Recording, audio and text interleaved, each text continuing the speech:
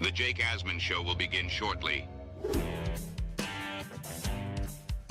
Thanks to all these great Patreon members who help support the show. Get your super chats ready. Jake will be here in just a moment. If you love the New York Jets, this is the place to be.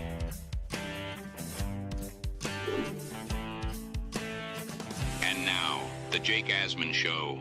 Mel Kiper Jr.'s first mock draft of the offseason is out, and it will spark a major debate amongst Jet fans. Richie from Jets Media will join me. It's the Jake Asman Show. Let's hit it and get it started. I let the organization down, and I let the players down, and that burns me. It really does. This season's on me, and we're going to work our ass off to get this shit exactly where it needs to be.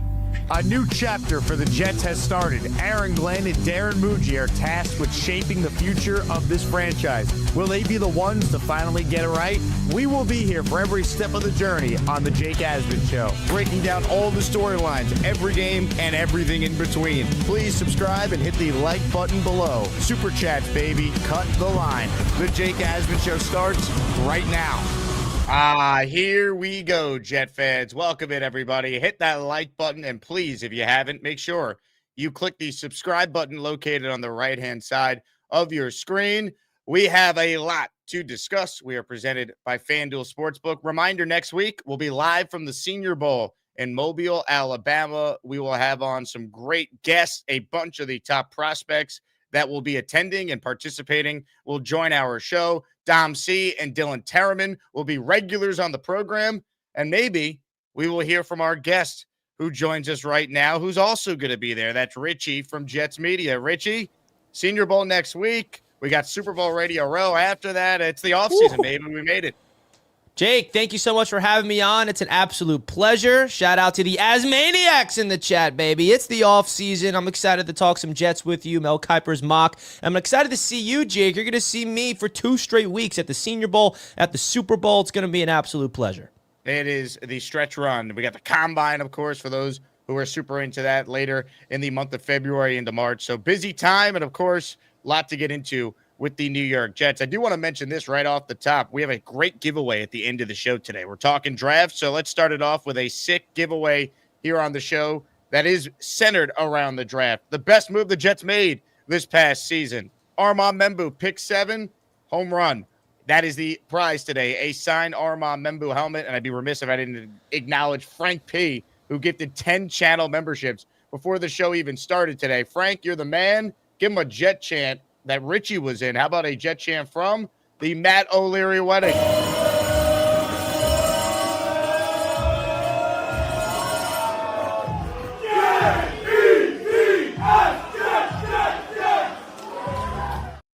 little positivity to start it off there. Thanks as always, Frank. So let's get to this mock draft, Richie. We know the Jets, of course, have two picks in the top 16. They have pick number 2, and then obviously pick 16. And Mel Kiper Jr.'s got his first mock draft that is out. Let's break it down. I'll spoil pick number 1 for everyone. Gee, who could have seen this one coming? Fernando Mendoza goes number 1 to the Las Vegas Raiders. That means the New York Jets are on the clock. And according to Kiper, with the second pick in the Mel Kiper mock draft, the New York Jets select Arvell Reese, linebacker, Ohio State. So, Richie, I start with this question to you. If the Jets draft Reese at number 2, your reaction would be what?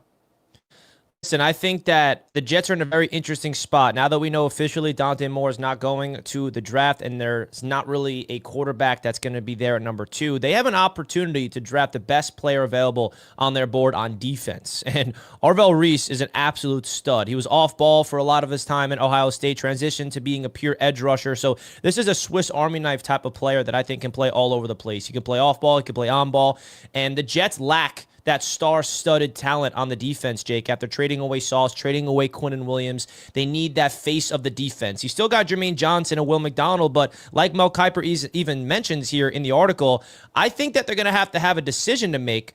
the New York Jets about McDonald and Johnson's future. I really don't think both of these guys are going to be here long term. I think they're going to have to choose between one of those two, draft a guy at number 2, and then trade away a McDonald, trade away a Johnson, hypothetically. But I think that he's an absolute stud, Arvell Reese, and I feel like this would be an absolute ridiculous pick for the Jets to get a new face of the defense here at pick 2. But there's a lot of other defensive players I like better than Reese, Jake. So that's the other thing here, where it's not like there's an Abdul Carter, where it's an absolute guaranteed, you got to get this guy at 2 or whoever's available on defense. So this is going to be an interesting draft, man. I'm right there with you, man.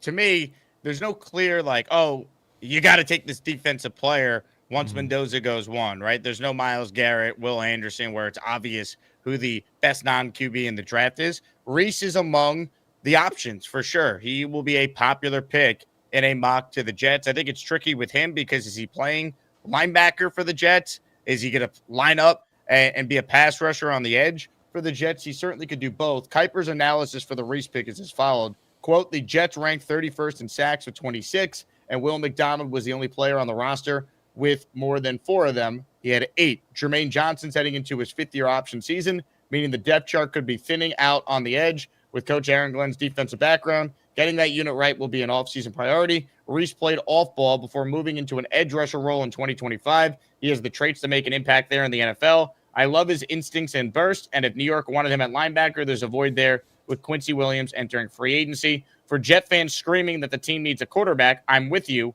There just isn't another passer worthy of a top 2 selection right now after Dante Moore decided to go back to Oregon for another season. Perhaps that changes. Maybe the Jets go get a veteran and make this irrelevant anyway. Waiting for 2027 instead when they have 3 first-rounders. But right now, New York is better off taking the top defensive prospect on the board and maybe getting lucky at the QB position when it's back on the board in the middle of round 1. Again, hint. Reese, I mean, he makes sense. I know people really like Ruben Bain of late. He's the flavor of the month after that great performance in the national title game.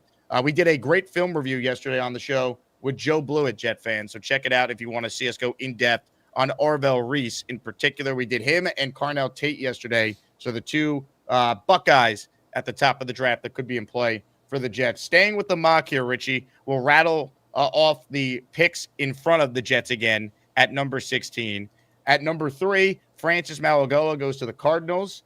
Number 4, David Bailey, who is in play for the Jets, goes to the Robert Saleh-led Titans at pick 4. I think they could be in play for a receiver here. So far, no receivers have been taken until the Giants at number 5. They take Carnell Tate from Ohio State. I don't know where you are with a receiver at 2 being a possibility, but I fully endorse it. Give me your thoughts on that. Yeah, I mean, listen, you look at the Jets playmakers, you have Garrett Wilson, you like the idea of Adonai Mitchell and John Mechie, but Mitchell and Mechie are no bona fide number 2s. You got to get that stud next to Garrett Wilson. I would prefer it in a trade down scenario, but again, who is trading up for number 2? That's the big problem here. Carnell Tate at 2, man, I think that is an absolute very big swing at a position of at a wide receiver, but you can sell me on it. You can definitely sell me on the idea of a Carnell Tate at 2. At 6, Browns take a tackle. Spencer Fano from Utah. 7, a guy that many want the Jets to draft at 2. Kiper has Ruben Bain going to the Commanders at number 7. Number 8, another receiver is off the board. Jordan Tyson goes to New Orleans there. He's the other top guy from Arizona State. Number 9, the running back selection here in the top 10. The Chiefs probably won't be picking in the top 10 a year from now. I think that's probably fair. Jeremiah Love, running back from Notre Dame at 9. At number 10, another guy that has been mocked to the Jets, although is number 2 overall, too high for a safety. Caleb Downs, another Buckeye, goes to Cincinnati. At 11, Dolphins take an edge. They take Keldrick Falk from Auburn. At 12, another popular prospect we've seen mocked at number 16 to the Jets, another Buckeye, Ohio State linebacker. Sonny Styles goes to the Cowboys. 13, Jermad McCoy goes to the Los Angeles Rams and the pick they own from Atlanta. Pick 14. So the Jets are up, and for those who wanted Mekhi Lemon, you're going to miss out on him here. Mekhi Lemon, popular wide receiver target for the Jets. He goes to the Ravens in this mock at 14. That's a great pick. And one pick before the Jets are up, the Tampa Bay Buccaneers select Kenyon Sadiq, the tight end from Oregon. So what you'll notice here, Jet fans, is that right now, Both receivers that we mocked at 2 are gone. The third receiver in Lemon is also gone. Some of the top defensive players are gone, but only one quarterback. And that quarterback at this point is Fernando Mendoza. So the New York Jets are back on the clock in the Kiper mock. Mel Kiper Jr. mock draft. The New York Jets select quarterback Ty Simpson from Alabama. So the Jets get their guy. Kiper writes, quote, recall that the Jets were left out of the quarterback game when they were on the board the first time at number 2. There just isn't another top 5 QB prospect in this class right now beyond Fernando Mendoza. We're getting linebacker Arvell Reese there, then getting the class's QB2 here. That's a pretty good first round for New York. Let's be clear, though. I do have some concerns about Simpson. He has 15 career starts, which means the pick would come with a lot of risk. That's just not enough game experience. We also can't ignore his dip in performance in the second half of the 2025 season. But there's also no questioning his upside. Simpson has good pocket presence, and he fired 28 touchdown passes and only 5 interceptions this past season. If the Jets can surround him with the talent on offense and develop him, he has a high ceiling.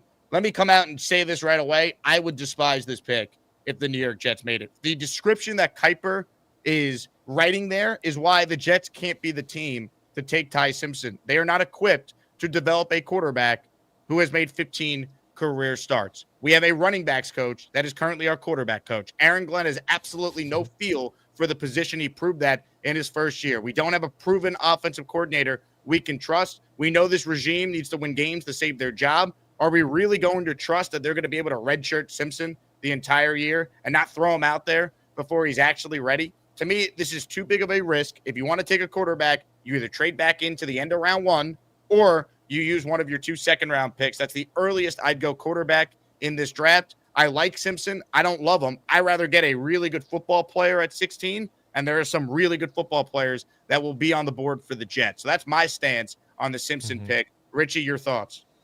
Yeah, the problem with these mock drafts for me, Jake, is always we don't know where the Jets are going in free agency yet. So what's the situation at quarterback? Who do they bring in free agency? Who do they trade for? Who's the veteran they brought in? Because that adds a lot of context to this pick at number 16. Say, hypothetically, the Jets went after a Malik Willis or somebody that you feel like that's going to be the starting quarterback, and then you draft Ty Simpson to redshirt.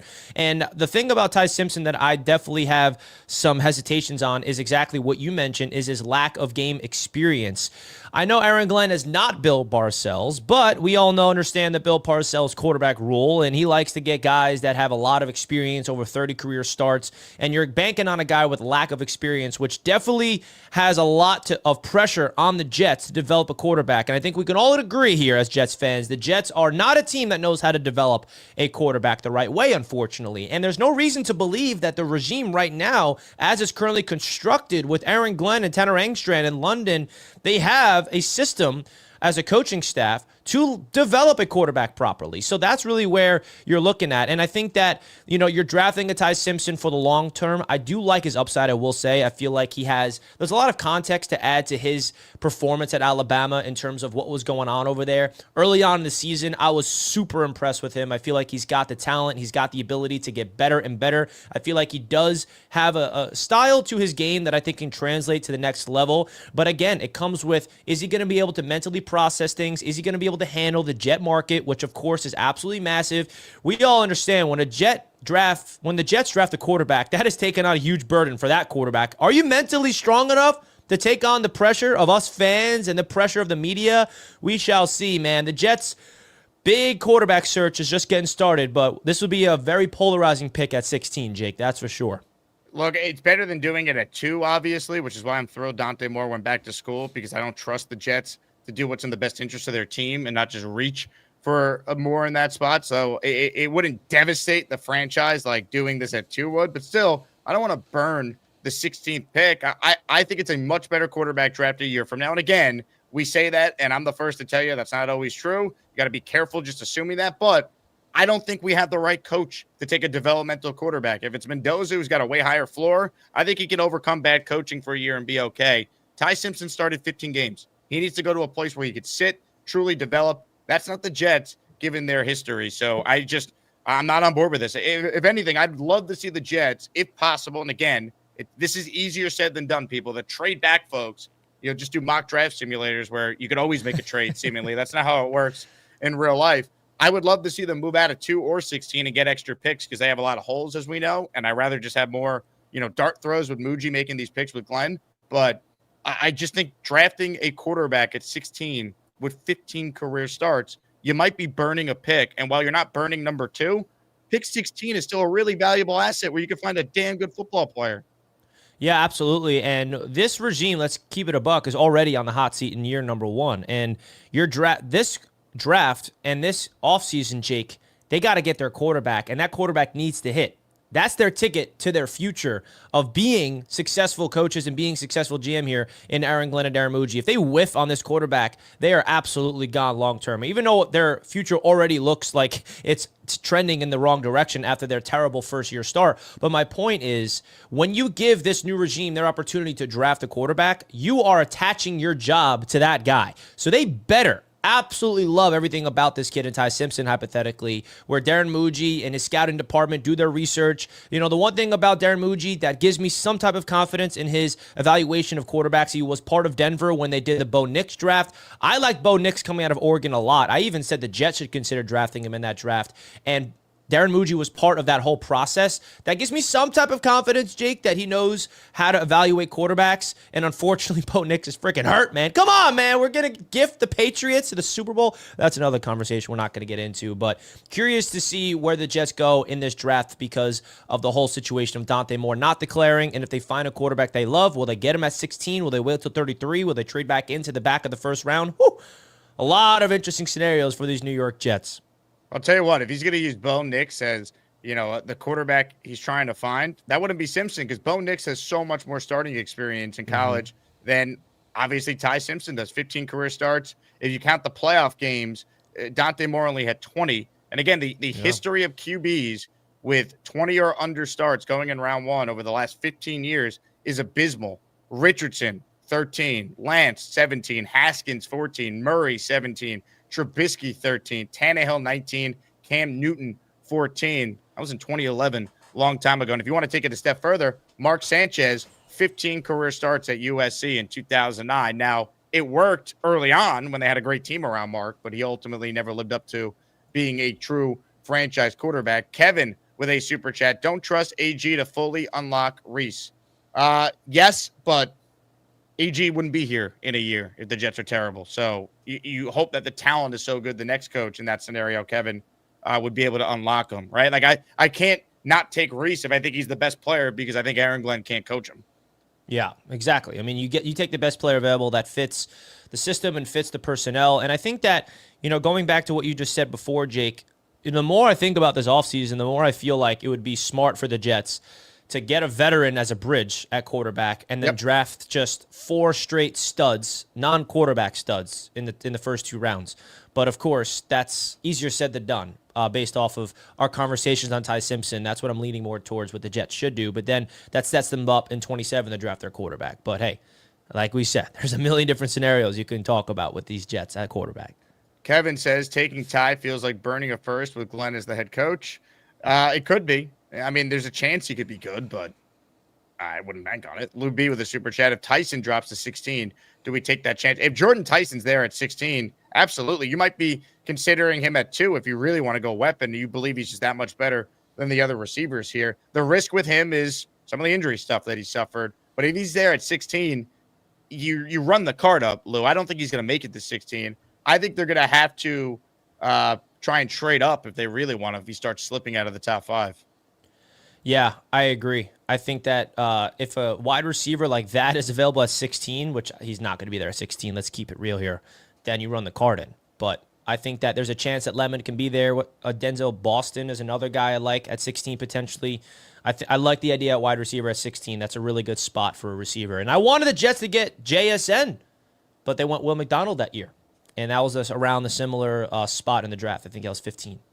Let me give you some breaking news, Jet fans. Reuben Bain Jr. will be at the Senior Bowl now. No way. Next week. Just found that out. So he will be at the Senior Bowl. We will work on either getting him on our show or we will work on getting David Bailey on the show because he's going to be there too. I'm being told that Akeem Mesidor might be there as well. Reportedly, Elijah Surratt will and D'Angelo Pond. So usually the guys who play in the national title game, they skip the Senior Bowl to let their bodies recover. But these guys are football players, man. So that's some exciting news if you're a Jet fan that we'll get a chance to watch these guys up close and have full reports breaking down how they do against elite competition at the Senior Bowl. Comments, questions? All right, Jake. You're making me put he's got the hat on after that news. Let's go. Let's go, baby. I'm ready for the Senior Bowl, Jake. I did not know Ruben Bain was coming. That's great. That just happened. That just broke just now? News today? Yeah. That just happened Holy moments ago. Smokes. Moments ago. Well, that's huge. Like yesterday, me and Dan Mitchell were discussing who we want to bring in on our network for our interviews for the Senior Bowl. We were going through the roster, seeing the top prospects. David Bailey was definitely one we want. But Ruben Bain just changes everything. That is absolutely massive, man. I'm excited for the Senior Bowl. It's your first time coming, right? First time, yeah. It's so fun, dude. The culture down there in Alabama is football. You know what I mean? It's just nothing but football, and it's going to be awesome. I can't wait to be there with you. Comments, questions, super chats. They cut the line. Richie from Jets Media is here with us. If you have a draft-related question, an off-season question, a comment you want read, make sure you super chat it. For those of you tuning in late, let's get some memberships flowing for the community. We have a signed Armand Membu helmet as the raffle prize up for grabs at the end of today's show. When you enter for that, you're also entered in our Curtis Martin signed helmet and Joe Namath signed helmet raffle in next week's weekly raffle series. There'll be raffle 58. And then when I'm at the Senior Bowl, we will really give you guys some great Jet-related prizes. Stay tuned for that one. This one is from Paul, who says, Richie is the forever optimist. Richie, how do you do it? Hey, man, I just try. I mean, I'm not just an optimist in the Jets world. It's just how I'm wired in life in general. You know, it's not just so I try to bring my core beliefs to what I do. It's not easy, Jake. Not easy. I'll tell you that much. But I try to look at and try to just deal with the dysfunction and deal with the misery in a way that does not make me just lose my mind. That's really all it is. I love it. Hit the like button, comments, questions. Not easy, though. Super chats. They'll cut the line. Speaking of things that will make you lose your mind, we're presented by FanDuel. I know you don't want to talk about this, but your thoughts on the Patriots and Broncos game Sunday, and then we got Rams and Seahawks, the game after the NFC title game. I know you and I are aligned. I think most Jet fans are with us. We're rooting for Sam Darnold, of course. But do you give Denver a chance here with Jarrett Stidham at quarterback to hopefully prevent New England from having the easiest path to getting to a Super Bowl in the history of professional football? It really is unbelievable that the Patriots are just being like gifted this opportunity. So listen, I think the Broncos, the one thing you can say is Bo Nix has definitely shown really good things, but it's not like Bo Nix is an MVP and he's that entire team. It's that defense. It's the run game. It's the run game that sets up the play action. Sean Payton is a fantastic coach. There is a world where the Broncos can pull this off at home in Denver, which is absolutely massive in this situation. I have the Patriots winning this game, Jake. I really do. But you never know, man. Nick Foles, who saw that coming? So we've seen crazy situations happen in the NFL. The only way the Broncos can pull off this upset if they just win the turnover battle, because the Patriots defense has been phenomenal this playoffs at forcing turnovers. So the Broncos are going to have to beat them in that battle in order to get the job done. But man, it makes me sick. Seems like the Patriots going back. And I agree, Sam Darnold. Terrible. And how about the ultimate revenge, Jake? If Seahawks beat the Rams and they take on the Patriots, Sam Darnold can avenge the Ghosts game. It's all right. Yeah, it's all right in front of him. I'm hoping Sam could do it. That'd be awesome. What gives me some hope for Denver is, one, they have a Hall of Fame coach. Two, you look at Jarrett Stidham. He has played well at times in his career. Three, C.J. Stroud was as bad as any quarterback you'll ever see in that game against New England this past week, and the Texans were still hanging around and had a chance. I think by accident, Stidham is going to play better than that. Denver's at home. They do have a really good defense. You know, they did beat Tom Brady and Belichick with Peyton Manning, who couldn't throw at that stage of his career in 2015. So it can be done. I wouldn't pick Denver, but I do think it's at least going to be a game. At least I'm trying to will that into existence. It better be a game, man. And I agree. Like, if you look at that Texans-Patriots game, if you put any quarterback out there that's at least solid, they could have won the Texans. Like, that's how great the defense was playing, and Stroud just kept putting the ball up in harm's way. That pick six was absolutely disgusting, and it really goes to show you, man, like, you need to have a quarterback that can actually do something. You can have a championship-level defense like Houston does, but if you have a quarterback that puts the ball in harm's way, nothing will matter. So very interesting to see how the Denver Broncos are going to be able to adjust, and like you said, a Hall of Fame head coach of Sean Payton, you can never count him out. But man, oh man, how about those Buffalo Bills, Jake? They out. Thank God. Thank God. Even though I will say, like, from an NFL outside of an AFC East bias perspective, Patriots-Bills AFC Championship would have been absolute cinema. Oh, yeah. But, I'm glad we don't have to deal with it. We lose either way as Jet fans. I know, man. I know. Absolutely. So I'm thrilled. Now, let me ask you this, because you're closer to the Bills fan base just because of your work on the AFC East roundtable. What is the feeling about them moving on from McDermott but retaining Bean? Yeah, I think, it's a very interesting situation right now with the Buffalo Bills. They feel like Sean McDermott was a scapegoat. And Dan Mitchell, the Bills host, of course, of the AFC East Roundtable, he is a guy that is one of the only Bills fans that's not afraid to blame Josh Allen for everything in that game. He is holding him accountable. And I feel like giving Bean the opportunity to hire their next coach, there was going to be a scapegoat from the Bills fan base perspective, and it ended up being Sean McDermott. So they're pretty down in the gutter right now, Bills Mafia. They absolutely are. I mean, you talk about Josh Allen playing that type of football and the whole ref situation going on, catch, no catch. So the Bills fan base are spiraling, especially adding to the context, Jake, that the Patriots just leapfrogged them after they had 5 straight years of winning the division and did nothing with it. Man, that stinks. How about this for a little breaking news here involving a guy that the Jet fan base knows very, very well. Breaking sports news on the Jake Asman Show. According to the Athletics' Diana Rossini, the Eagles are conducting their OC search with the understanding that Brian Daboll wants the Bills head coaching job.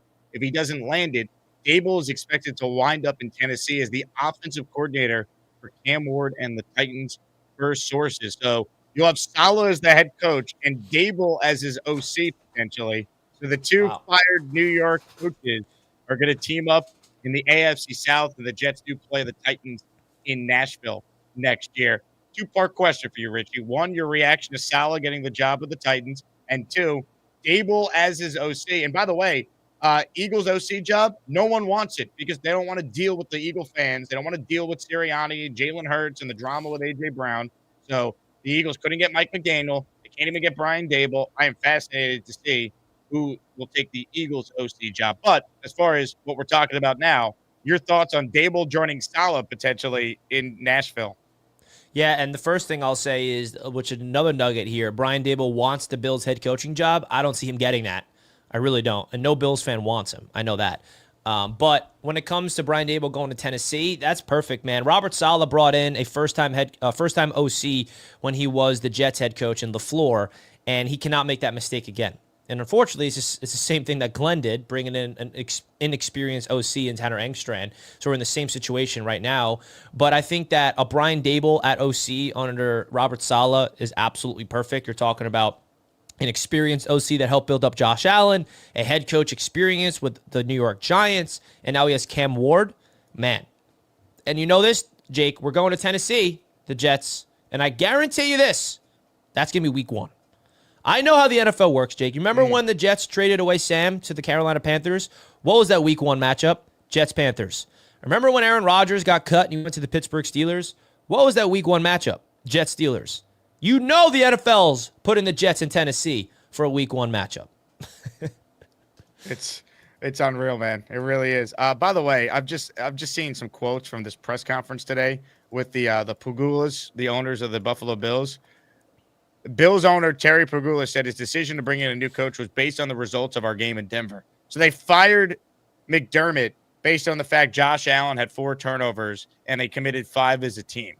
That's why you fired the coach. Again, people need to remember these owners are dumb. A lot of them, even the ones that have success, some of it's lucky. They just happen to pick the right people.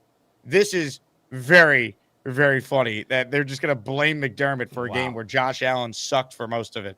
And can you imagine, hypothetically, that interception? Say Cooks came down with that ball and caught it, and they kicked the field goal for the win.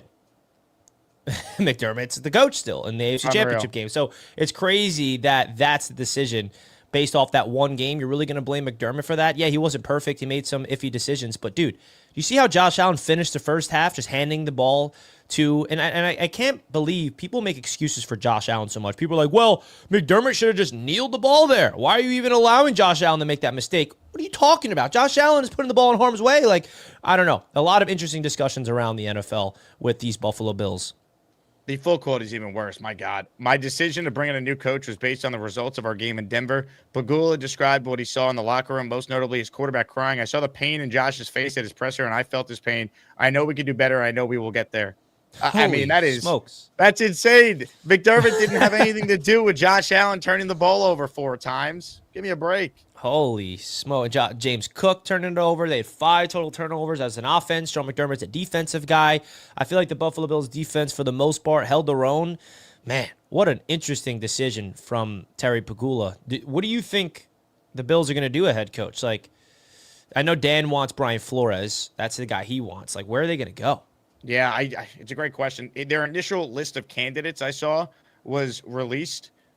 Bills OC Joe Brady, so they'll give the guy who's the current OC a chance. Jaguars OC Grant Udinski, he's like the 30-year-old in Jacksonville on Liam Cohen's staff. The other names I'm seeing here, Colts DC Lou Anarumo, ex-Giants head coach Brian Dable, Dolphins DC Anthony Weaver, Commanders running backs coach Anthony Lynn. That is like the worst list of candidates I've seen. Apparently there'll be more to come, but those are some lousy coaching options in my opinion. A bunch of retreads or guys that don't deserve to be head coaches in general.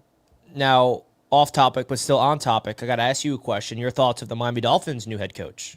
I'm glad it's the defensive guy that has no experience. Yeah. You know what I mean? Like, he might be good. I don't know. Model. Right, exactly. But I got worried that they were going to hire Harbaugh or McCarthy, or they were going to get someone proven that was potentially available. Stefanski. I'm glad that the Dolphins, who have not won a playoff game since Bill Clinton was the president of the United States, I am thrilled that they hired a coach who's a first-timer who might be good, he might not. You never know with any first-timer. Just ask Aaron Glenn. Yeah, and I think that any Jets fan that wants Malik Willis in the offseason, I think that he's going to be a Miami Dolphin. Malik Willis, that's my prediction. I 100% agree with you. I know you got to run, Richie, so I'll get you out of here with some quick hitters. You bring up Malik Willis. I don't think he'll be a Jet either. Your thoughts on where the Jets go at quarterback in terms of the veteran options out there? Yeah, there's a lot of predictions, Jake, and I'm sorry. I don't want to be that guy. I'm not saying I want this to be the case, but I really do think that Kyler Murray is going to be a Jet. Not saying I want that to happen. I'm not pounding the table for it, but I think based off of the options out there in the draft, the options out there in the free agent market and in the trade market, and he just condensed the quarterbacks that are going to be available, I think the Jets are going to go after a guy like Kyler Murray, give him the opportunity to be the quarterback at 26, not draft a quarterback this upcoming year, and then you still are in a position at 27 to draft your quarterback. Because like we talked about on the Jets roundtable, this is a very interesting season for Aaron Glenn because he needs to have a balance of, I need to win this year to save my job, but Darren Muji's probably like, well, I want to still think for the future and not sacrifice everything. So there's a balance of going all in to win this year so Aaron Glenn himself does not lose his job, but there's also a balance of you don't want to sacrifice everything. The Jets are not built to win anything. So I think Kyler Murray is basically going to be a Jet. That's my bold prediction. I know it's not that bold. We've seen it, be predicted around the offseason. What's your reaction, Jake, if the Jets go Kyler Murray? I understand the appeal because he is talented and he's young and he's got an upside, but wouldn't that be the total opposite of what Aaron Glenn claims he wants his quarterback to be? Like, they had to put a clause in Kyler Murray's extension that he has to study film. Like, he's not all about football. If he's playing for his career, he's got to be all in. He's got to, like, that feels like Fields all over again, who was like, yeah, it's just football. There's other things in life. And, like, sure, that's true, but don't say that, man. Like, you got to be all about the grind. Like, this is your livelihood. And I never felt like we got that commitment from Fields. And he quit on the team at the end when he faked an injury and said, I don't want to go out there as a Wildcat quarterback. I could get a soft tissue injury. And then 2 weeks later, they put him on IR for the end of the season with a ruptured vagina. Excuse my language. So like, I don't want Kyler Murray. I'm good. Now there's another quarterback that got linked to the Jets, and I have a feeling I know exactly what your stance on it's going to be. Former Jet, Geno Smith, the ultimate tank quarterback. Would you want him to be the bridge in 2026 to maybe get us the first overall pick for Arch Manning? Get ready to march, Richie. Gino, we're marching for Arch. Let's go. I'm in. Sign me up. Yeah, I saw an article that Gino could be a Jet. I mean, listen, this is the options. You're talking Gino. You're talking Kyler. I don't want to say his name on here because I don't want him to be a Jet, but Tua's going to be available. You better not touch Tua, Glenn or Muji, because that will be the end for me, personally. I've been roasting Tua for 5 years on the round table. I can't handle him, even in a tank year on the New York Jets. But I really do think that these are the options, folks. These are the options, and Gino would definitely help us march for Arch. I'll tell you that much. By the way, just these quotes on this Bill presser are unbelievable. Now you can see why the Sabres have the longest playoff drought with the Jets in professional sports. Yeah, I mean, my God. There, you look at Josh Allen sobbing. I let my teammates down. You know what, McDermott, you're done. Would you take McDermott on the Jets if you can get him right now? Yeah, McDermott's a heck of a coach, man. I nothing but respect for Sean McDermott, and I'm curious. You press a button, dump Glenn McDermott, the HC of the NYJ. Yeah, I think he's going to be the top candidate in next year's cycle, especially after hearing Mike Tomlin's retiring officially. So you that's not official. Doug Kleeman got you. Yeah, don't. He is. I thought not that was said Jay that Glazer. Yeah, Jay, but Jay was talking about this year, him not coaching, not forever. Oh, okay. Well, that's why you cannot trust aggregators because they take a quote and they spin it into something else. I saw so many different accounts saying that Mike T's retired officially, not coming back. So, okay, that's good to know. Yeah, there's nothing officially. He hasn't even gotten a TV gig yet. And people are just like trying to be like, oh, Cowher never came back after he went to TV. That's not true with Tomlin, at least not yet. And plus, we have our best people working on it. We hired the 69th team to start recruiting Tomlin. Look, we got Tomlinson. He ain't getting out of here. Get comfortable, pal, because as soon as Woody wakes up, he's going to make you a rich man. So we're working on it. Mike Tomlin's got a house out east on Long Island, summer home, and not far from Peter Castro and Neil, two regulars on the show. They have begun recruiting Tomlin. The 33rd team got us Aaron Glenn. Didn't work. So now we've hired the 69th team to try and get Mike Tomlin. The 69th team. Well, Mike Tomlin, Sean McDermott, there's a lot of guys that will be available in the cycle next year if Aaron Glenn is going to be gone. Maybe they can hire Mike Tannenbaum as GM. I'm going to need a new co-host on Sundays. That's your man. That's a must-see radio or must-hear radio on every Sunday morning with the bitch guys with Mike Tannenbaum. I appreciate you, man. I know you got to run. Thanks for hopping on. We'll do this again in person at the Senior Bowl next week, so I'm looking forward to it. Absolutely, man. And make sure you guys go check out the Jets Roundtable tomorrow with Jake and Matt, myself. And Jake, I'll see you next week at the Senior Bowl. Shout out to the Asmaniacs. Love you guys, and let's go Jets. Ladies Peace out, and gentlemen, folks. It's our guy Richie from Jets Media checking in. Hit it, Fireman Ed.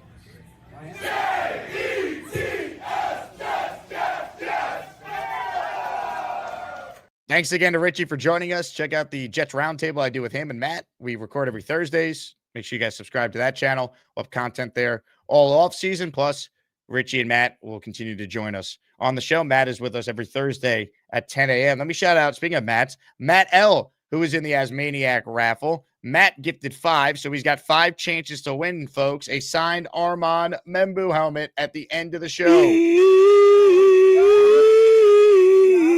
We are mama way. Matt, thank you. Let's get some memberships flowing, comments, questions, and super chats. They always cut the line. Let's see. Veteran Jet fan says, I'm trying to start my own 69th team with Sidney Sweeney. Okay. Thank you, Veteran Jets fan. I think there's an appropriate drop for this one. What? Calm your freaky down. Thank you. Hit the like button if you haven't. Thoughts on the New York Jets drafting Arvell Reese at 2 and Ty Simpson at 16. For those tuning in late, Mel Kiper has Ohio State linebacker Arvell Reese at number 2 and Alabama QB at number 16 to the Jets in his first mock draft of the offseason. Again, 16 would be the earliest you could take a quarterback if you're the Jets, and I still don't like it. I'm not wasting any first-round picks on this year's class, not with this coaching staff. In the past, you got to get the quarterback. I don't believe in this coach. I don't think he's going to be here a year from now. I'm not burning a pick and letting Aaron Glenn coach Ty Simpson. Not happening. You don't earn the right to get a quarterback when you're as bad as he was in his first year. And no thanks. I'll be bad for one more year. It's not like I haven't experienced that one before. And then I will get a real coach and pair that coach up with a real quarterback in 2027. Build the roster this year. You could find 2 impact players at 2 and 16. If you want to go quarterback and you want to take a chance on someone at pick 33, I could live with it. 44, right? The Cowboys second. I could live with it. Jets Johnny says, I just hate AG. You know what I hate? I hate losing. I hate bad coaching. I hate going 3-14. I hate the head coach not knowing how long a game-winning field goal is.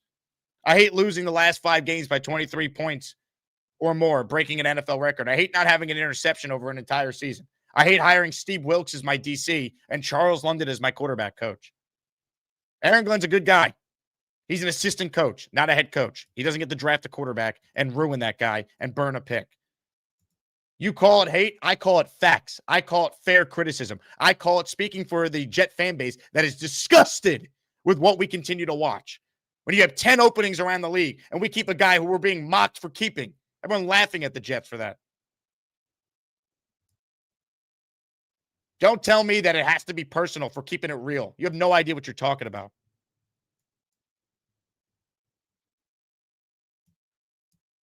I'm not going to sit here and just pretend like it's magically going to be better because time has passed since the season ended. I'm still just as mad as I was. But hey, at least we're field goal protection champions. The field goal team. Last year we had 3 blocks. This year, we had no blocks.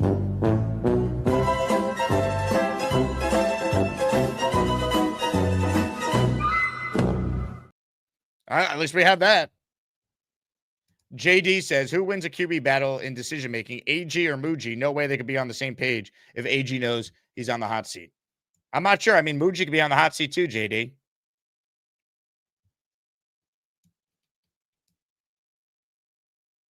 Right? I think ultimately Glenn still wins the face-off, but maybe that's challenged based on how that last presser at the end of the season went.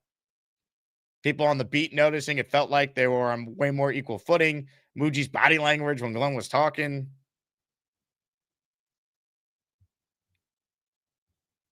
Gator says, I disagree with you, Jake. What makes you think Glenn's a good guy? I've heard from people that know him that he's a good guy.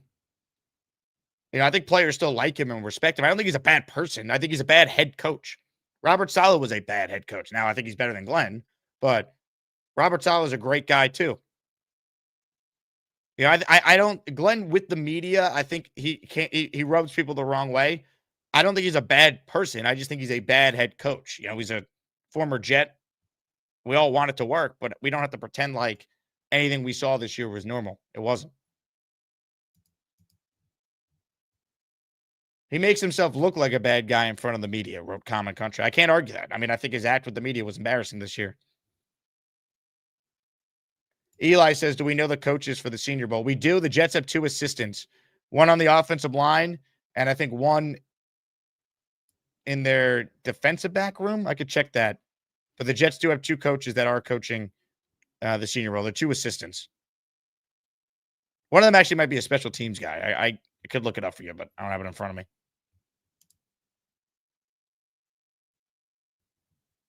Comments, questions, super chats. We'll cut the line. We're going to get into your calls shortly. I appreciate all of you for being tuned into the show. Here's what we're going to do. Take a short break. Give people time to click the call-in link. Load up your calls. Chef Kevin's going to bat leadoff, so you're not going to want to miss this. We'll come right back. Short break. Rapid fire through your calls, your takes. We're talking Jets. We're talking NFL. A lot happening across the league. And, of course, the Jets still need a DC. And as these openings get filled, we maybe get more information on where the Jets are leaning. More coming up. Back right after this. So, anyway, how do you feel about Milika McCauley? Who? Milika McCauley? I think good. I think I feel confident about him going into the season. All right, thank you. Lane, thank you. You're welcome. Ricky NY is up next. Hello, Ricky.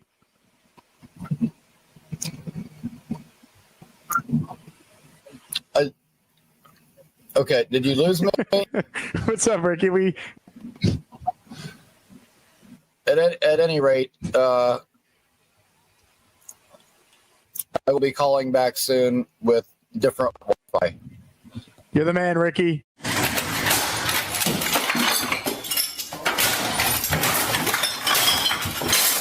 Gator, I need an intro, buddy. A cool intro, please. Gator did write in something, though. Searching for an angle for you, Rob. Need you to be a little more off the rails. I can get off the rail if he wants. Gator, give me an intro. I need an intro, Gator. Don't let me go looking for you. Do you want some of this? How's that, Gator? That might work, Rob. There might be something there. I'm not going to tell Gator how to do his job. That's like telling Picasso how to paint. Gator wrote he just shit himself, so you got that, Rob. Maybe you'll have an intro. I don't know. Maybe Gator will make you an open if you weren't so cheap with your SuperChats. All right, fine. Here, there you go. Because this is what it's all about, right? Mother effing goddamn SuperChats. How do you feel about your matchup with Charles Gorman? Oh, looks like a cartoon thing. He has good moves. How do you feel about this whole Dazan Reddick news? I think Dazan should show up to training camp immediately, Lane. I don't think we're going to win the Super Bowl without him. I look like V-Man in the bed right now. Yep. Moving along. Thank you for the call today. You're welcome. Ladies and gentlemen, joining us right now is an absolute legend and someone that fans of the Bobby Midnight program know oh so well. She's from Australia, the golden blonde beauty.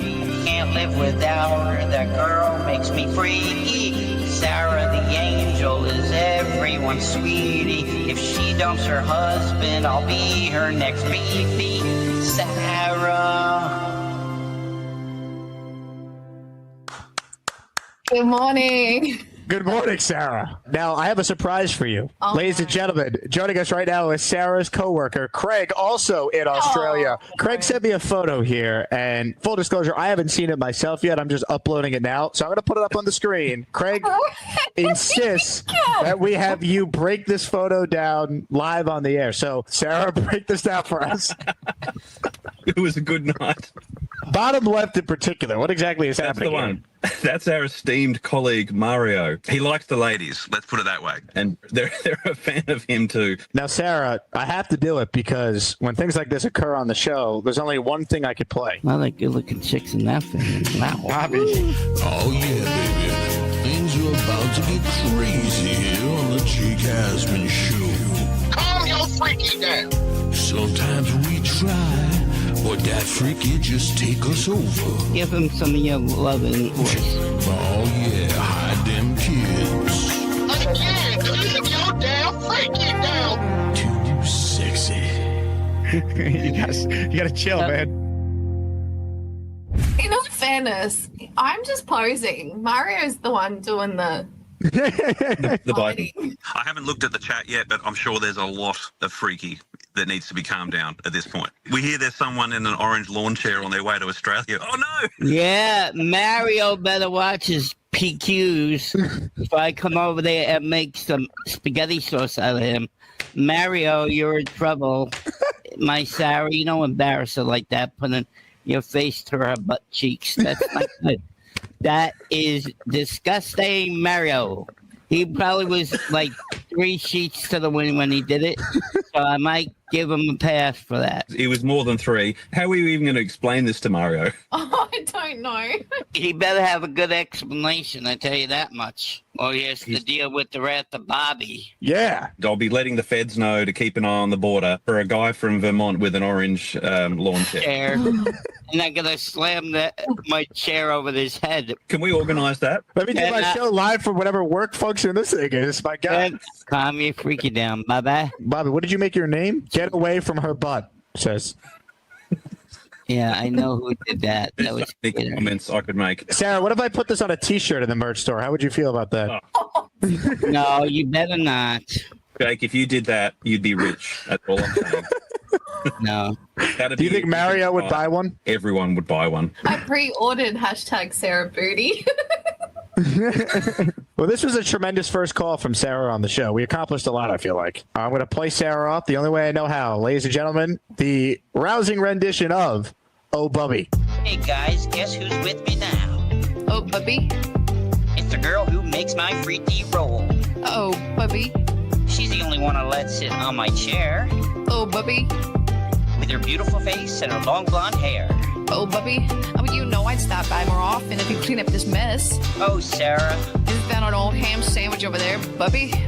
Yes, Sarah. Do you think I'm prettier than 3D Gary, Bubby? Of course, Sarah. Because you said he's good looking with his long, sweet hair. Oh, Sarah, I thought it was his wife. Show's not over, but that photo's too funny to not show another time. Oh my God. What type of company are Craig and Sarah working for? What type of work function is this? I think we got our next emoji, that bottom left photo. No, I'm just kidding. All right. We're back. A little blast from the past there. Get to your calls, but first, let me shout out Anthony Logerato, who, while the commercial was playing, gifted a 5-spot of channel memberships. Let's go. We are mama way. Anthony, thank you. You're in our Arma Membu helmet at the end of the show for 5. Econ says, what's up, Jake? What are your money line and over-under picks? I don't have them yet. Are you talking about for the games on Sunday? I mean, I'll pick the Patriots to win and the Rams would be my picks. Although I am rooting for Sam Darnold. Over-under, I mean, I haven't done any research on it. So I'd just be throwing stuff out there. Money line, there's no value, though, unless there's value if you think the Rams are going to win like I do. So we will see. I think Denver could give them a real game, though. I'm leaning towards taking the 5.5. 5.5 is a lot of points. It is the AFC Championship game, after all. C says, in your opinion, what is the minimum AG would need to do to save his job next season? I know it's all subjective, and the eye test matters. I think they need to win at least 8 games. 8 games and have the arrow pointed up. Maybe 7 if, again, the arrow is pointed up. They have, like, real quality wins. Like, Salah beat the Buffalo Bills in his second year, and they were 6-3 and 7-4 before they collapsed. Right? Salah went into Green Bay, and they beat Rodgers and the Packers. They went into Denver and beat the Broncos. They had quality wins in that second year before they collapsed. You know, can Glenn have a couple quality wins? Can they be better against the division? Can they get a game against New England or Buffalo? To me, it's at least 7, and really it should be at least 8. It's enough. You have all these resources. Find a way to win 8 games in a league where everyone could do that. You haven't done it in a decade. I doubt that happens, though. He's a terrible coach and will probably be fired, but I'll hold out hope because I'm a Jet fan and who has nothing else. I mean, and then Mike Tomlin, are you there? Mike. Yeah, man, being a Jet fan sucks, doesn't it? On that note, let's get to some calls, shall we? Chef Kev will start us off today. What's up, Kev? Hey, Jake, how you feeling, man? What's up, man? How are you? Another day, man. I first of all, thank you for having me on your platform, man. Everything that you do, being genuine, speaking how you feel, don't change it all for nobody, man. That's why we plug in, because you're authentic. You speak how you feel. Somebody like myself who has watched games with you, whether it's Jets, whether it's Knicks, whether it's Yankees, I see the fandom in you. All right, you're cheering for the team. You want them to win, but you got to be critical, man. Like, if you're not critical, then you're not going to be where you're at, man. Like, that's what we all tune into. These little trolls, these little haters, man. Man, come on, man. What do y'all want to do? Y'all want Jake to be like, yeah, rah, let's go. Nah, that's some whack stuff, man.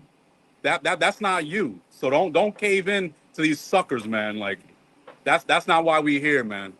But the thing with the quarterbacks, dude, because we still on this stuff because we don't have one. It doesn't look like we're gonna get one. If Kiper's right, like, I'm cool with getting Simpson, but I just hope we don't reach for him.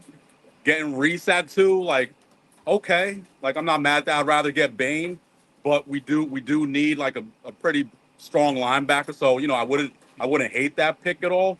But then it's like the wide receiver core too. Like, what are we gonna? Where are the weapons, man? Like the Reynolds and all these the Johnson. Like, we need somebody that could help our quarterback, whoever comes here. Like, and the options are not really all that good, man. Like, for those Fields truthers, like, I don't know why you're still around, why you're still talking.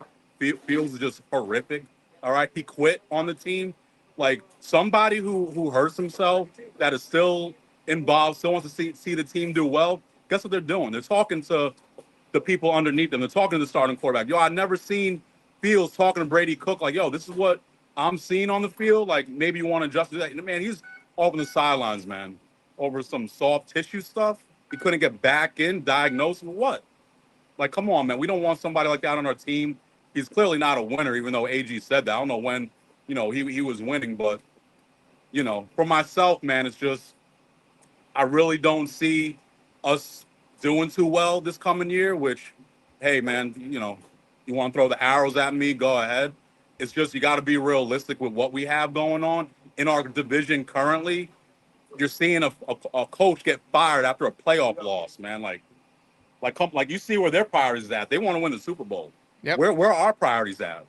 What, building through the draft, getting crumbs in free agency? That's how we're gonna build this, right? With the same We're being BS sold on coaching staff? Yeah, it's like, this long-term rebuild. It's like, that's not the NFL today. You could turn it around in a year if you get the right coach. But what's the brand? What's the plan? The plan, the brand running, the getting these coaches and all that, bringing in these free agents, that blew up. 0-7. Don't talk to me about, we were tanking from the beginning. No, we weren't, man. Stop with the stuff, man. Stop with the stuff. That was not the plan. Now we're pivoting from that plan. Whether this is plan B or C, who knows?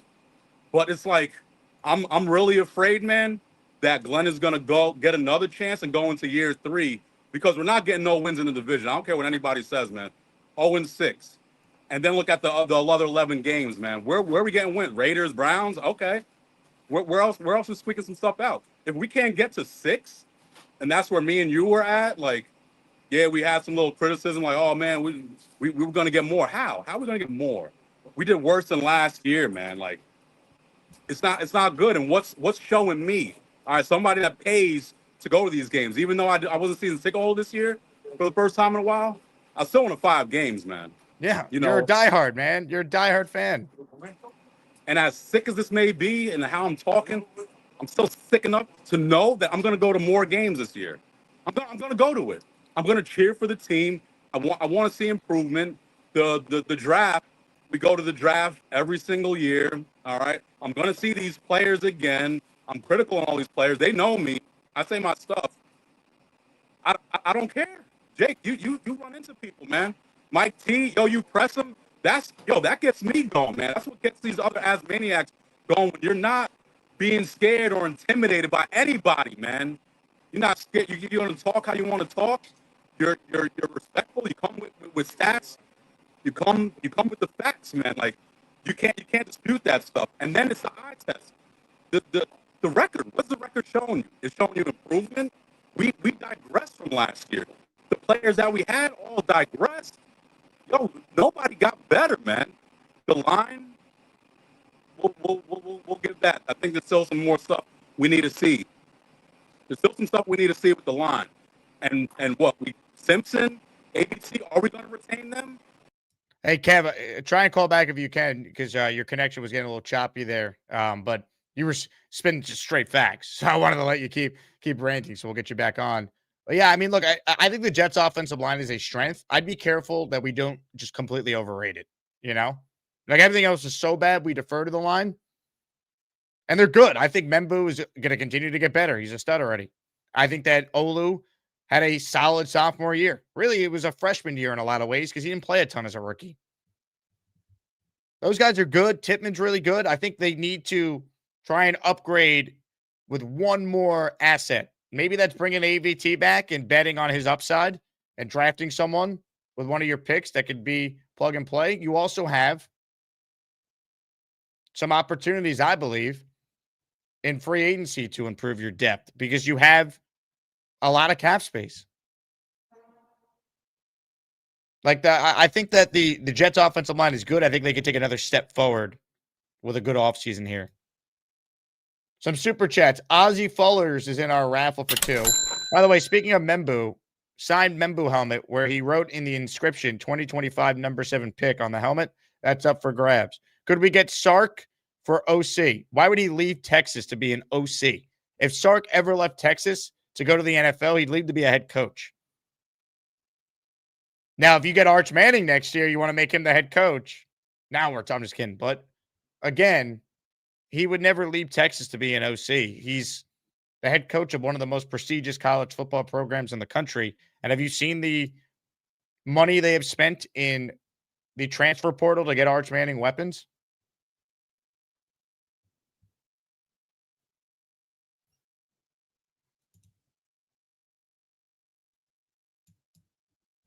Joseph says AG is as safe as kittens. Let him work the draft room. What does that mean? He's not safe. He's a bad season away from being fired. So when we discuss the draft and we discuss taking a quarterback at 16, we have to factor in, is he going to be here to see the development of that quarterback? Does it make sense to take a guy who's made 15 career starts when the coach himself is on the hot seat? These are all part of the conversations, Joseph.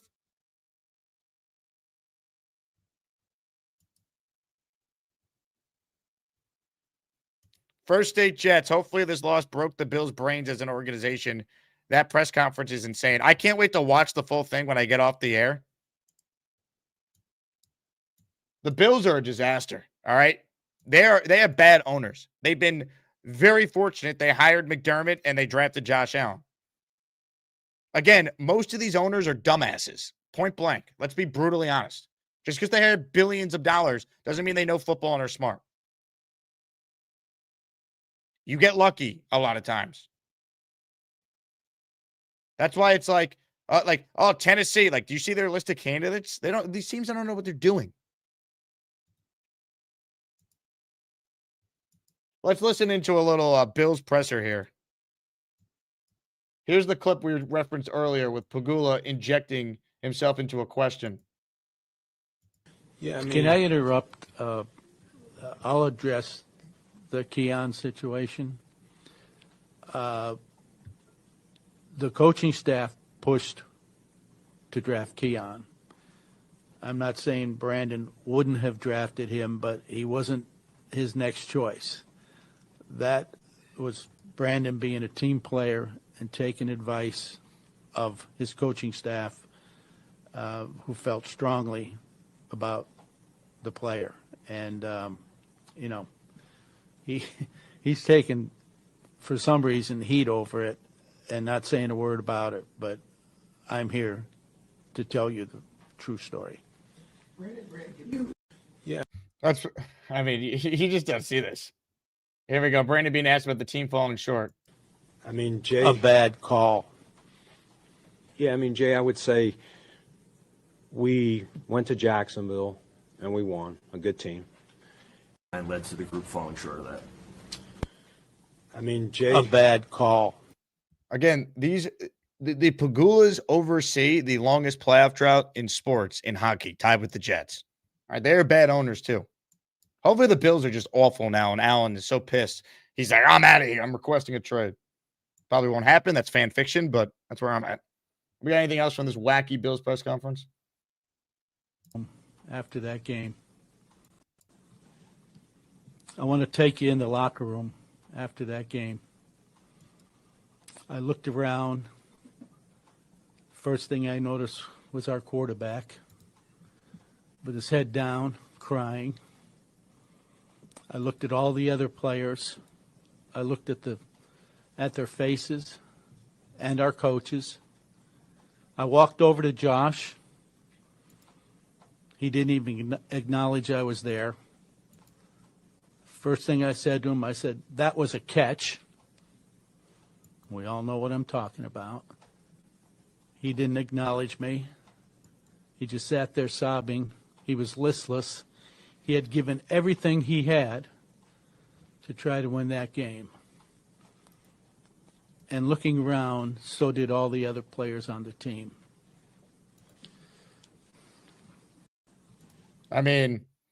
He threw two interceptions and had 2 fumbles. What are we doing? Again, these guys are not smart. These are the owners, people. All right? Like, people are like, oh, these owners. Like, they're some of the least impressive people you'll ever meet if you ever talk to them. And I've talked to a couple of them, and I've heard stories about others. Common Country, Super Chat. David Njoku would be a good free agent pickup. He could catch and block. 29 years old, and Mason Taylor could benefit from him. Sign him. I'm in. That's a good football player right there. I agree. Won't cost you a ton. Now, would he want to come to the Jets? You probably got to overpay, but that's life. I like that strategy a lot. He's a good player. Bill Fond in the raffle for 2. Thank you, Bill. Jake, you said okay to take Reese at 2, even though you thought could be gone next year. Doesn't it apply to Simpson? It does, 100%. Don't say I agree because all the points you made about the Jets developing a quarterback. Just curious. Bill, we have the same opinion here. I don't want Simpson at 16. I'm saying the earliest I could stomach the Jets taking a quarterback would be at 16, but I don't want them to do it.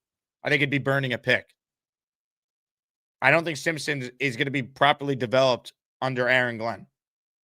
And I think we're going to be bad again next year, and we'll have a chance with 3 first-rounders to get our quarterback then. Why am I wasting the pick? Pick a player that will be here for 5 years in a rookie contract that could help. Receiver, safety, linebacker. There's plenty of good options there. That's what I mean, Bill. We're in agreement here. Kevin says, what was worse, Woody's field comments or Terry's ones? I honestly think the Pagula comments there are worse, and I'll tell you why. Because the Bills are thought to be like this good franchise. And it kind of just shows you their owner's a dumbass. He just had Josh Allen. He had Sean McDermott. Again, these owners aren't smart, most of them. They're not. You want to hear a real owner? Go listen to the Ravens owner speak. That guy knows what he's doing. I don't know who the Ravens are going to hire to replace Harbaugh, but I have a lot of confidence they'll get it right with whatever they do next. Everyone lauds the Mara family, right? They were a joke in the 70s. The NFL had to intervene and step in. What have the Maras been since Tom Coughlin was fired? They've been a joke. They finally just got it right and gave Harbaugh carte blanche to run their team. The Giants have been just as bad as the Jets the last 10 years. But it's the Mara family, the prestige. These guys are dumbasses too. Can we be honest? Can we be blunt? Can we be straight up? These people aren't smart. That's the reality. They're billionaires. It's like, look at their actions. Cal McNair was in Houston. He hired a preacher to be his general manager, run his team. Jack Easterby. These guys are not smart. Sometimes they get lucky. We as Jet fans, we haven't gotten lucky in a long time, but Woody's the same guy who owned the team from 2000 to 2011 when the Jets never had, or from 2000 to 2016 when the Jets never had back-to-back losing seasons. Made the playoffs 6 times. Made the championship game twice. It comes down to getting the right people. Eli in the raffle for 5. Let's go, Eli. He has 5 chances to win this signed helmet by Armand Membu. Hello? You play to win the game. That's what we're playing for, Herm. Joseph says, so you rather see Miami land Simpson and make us pay? You're assuming that Ty Simpson's going to make us pay. What is that based on? Tell me why you believe Ty Simpson's a franchise quarterback. He started 15 games.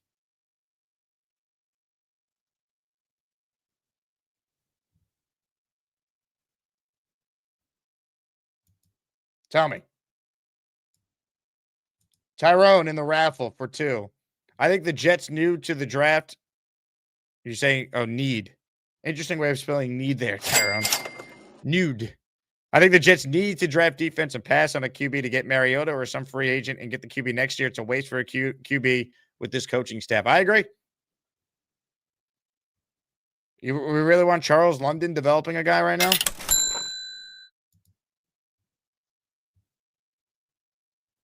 I rather wait until we get to next year to take the big swing on quarterback. If you want to take a swing on Chambliss or Simpson at pick 33, if they're there, that's a different conversation. I don't believe that the New York Jets should draft a quarterback at 16. I'd rather take a chance on Garrett Nussmeier, who was a first rounder a year ago, on day 2 of the draft. Maybe I trade back into round 3 to get him. Or the only way I would say, the only way I would maybe take a quarterback earlier than that is, can the Jets get some extra picks that they moved out of 2 or 16 somehow? And then maybe you use one of your picks then on a QB. But give me Aller, give me Nussmeier. I take a swing on those guys. They got the size. They have the upside. Nussmeier was hurt this year, but he was thought to be a first rounder a year ago.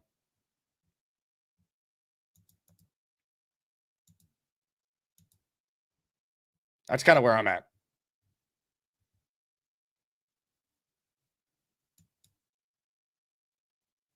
Yo, Holmes, other owners are envious of the Jets. That's what Mike Tannenbaum said.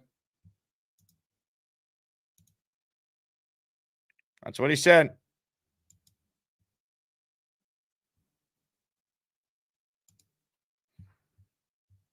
By the way, Sham just sent me this. Keon Coleman at the Combine, the Bills were on Hard Knocks, so they were mic'd up. Or I guess the Bills' in-house media team had them mic'd up, like their version of Hard Knocks. Like the Jets have one Jets drive. And there's audio of Coleman running a 4.57. And Brandon Bean says, quote, I'm glad Coleman ran that. It will help to get him 2 months. It will help to get him. 2 months before the draft, he said that. So the owner just threw McDermott and the coaching staff under the bus, but the GM apparently really liked Keon Coleman at the Combine. There's video of it.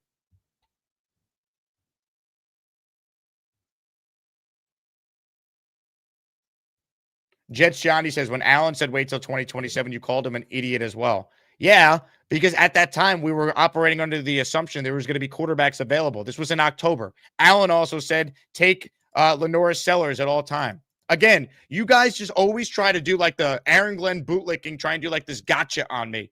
My opinion has changed on taking a quarterback. I have no faith in this coaching staff.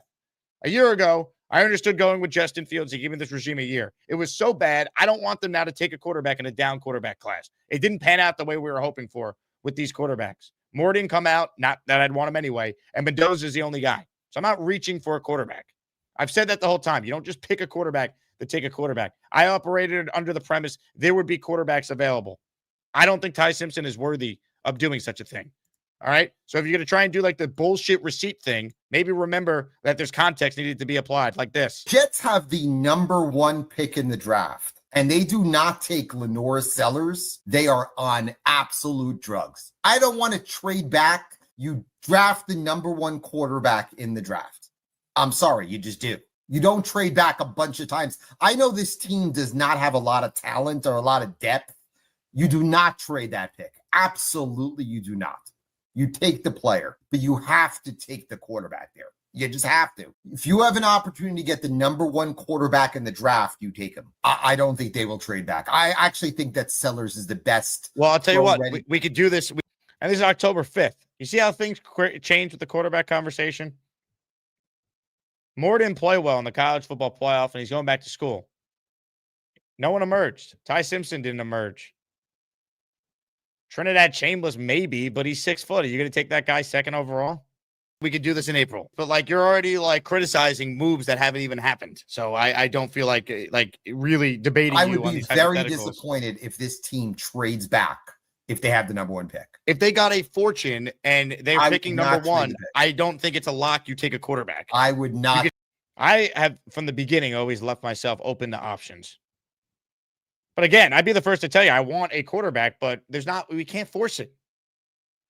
Like even though I don't trust Glenn and the staff, I've said over and over again, I would take Mendoza if they could get him. They can't get him. So I don't think you just force it. Like, why take Ty Simpson at 16 when the data tells you that guys that have 15 or fewer starts or 20 or fewer starts, and Simpson only has 15, taken in the first round historically, the last 15 years, there's one guy you could say lived up to being a true franchise QB. It's Cam Newton.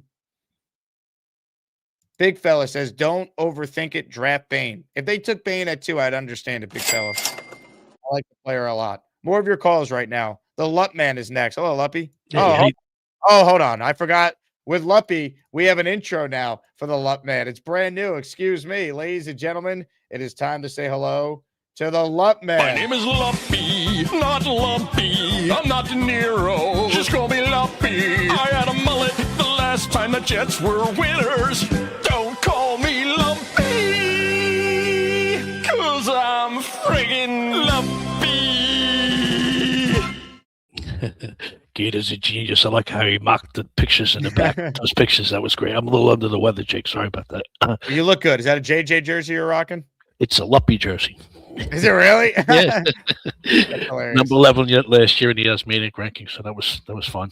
That's hilarious.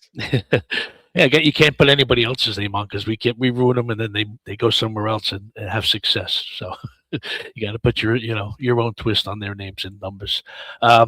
Things change, Jake. So of course your opinions are going to change, right? That's what you do. That's what intelligent people do. You're not going to stick to it and be stubborn. If you get new information, something happens, the team sucks. Of course you're going to evaluate it, what happened, and make your opinions change. That's normal, right? So people are like, "Oh, you wanted the quarterback." I did. There's also a bunch of things that happen now that prevent me from saying just take a quarterback for taking a quarterback. Like that's not smart. Like again, we have to understand that in a perfect world, the Jets could get a quarterback with the second overall pick or at 16. I don't think that makes sense given where they're at with the staff and the resources they have next year. And just this quarterback class is not what we thought it was going to hopefully turn out to be, unfortunately. And look at the other teams too. They're not all that. I mean, look at the Buffalo Bills. Look at this guy. He comes up there and he says, everybody tried their hardest. Josh Allen's crying. Everybody did the best they could. So then you fire the coach. I mean, where would you be without Josh Allen? You haven't won anything, Buffalo. I mean, then there's supposed to be this big franchise. It's because they got the quarterback right and the coach, and then you let one of them go. You let the coach go, which is stupid. I think that's a dumb move on their part. Look at the Knicks right now, right? They had all of a sudden Dolan's a bad owner again. Yeah, because you got rid of Tom Thibodeau when you didn't need to. Now let's see if Mike Brown could actually coach, because I have some real doubts with what we're seeing with them. Mm-hmm. And I got a little ticked off about this Jack Straw guy. What does he do for a living? I mean, is he a professional Karen? I mean, he obviously doesn't know what you bring to this community, Jake. For us as Jet fans, and what we need from you, Jake, and you deliver all the time. You say, man, delivers. You deliver all the time, Jake. So I just got to say, what is that guy Straw doing? Is he the straw that stirs the drink?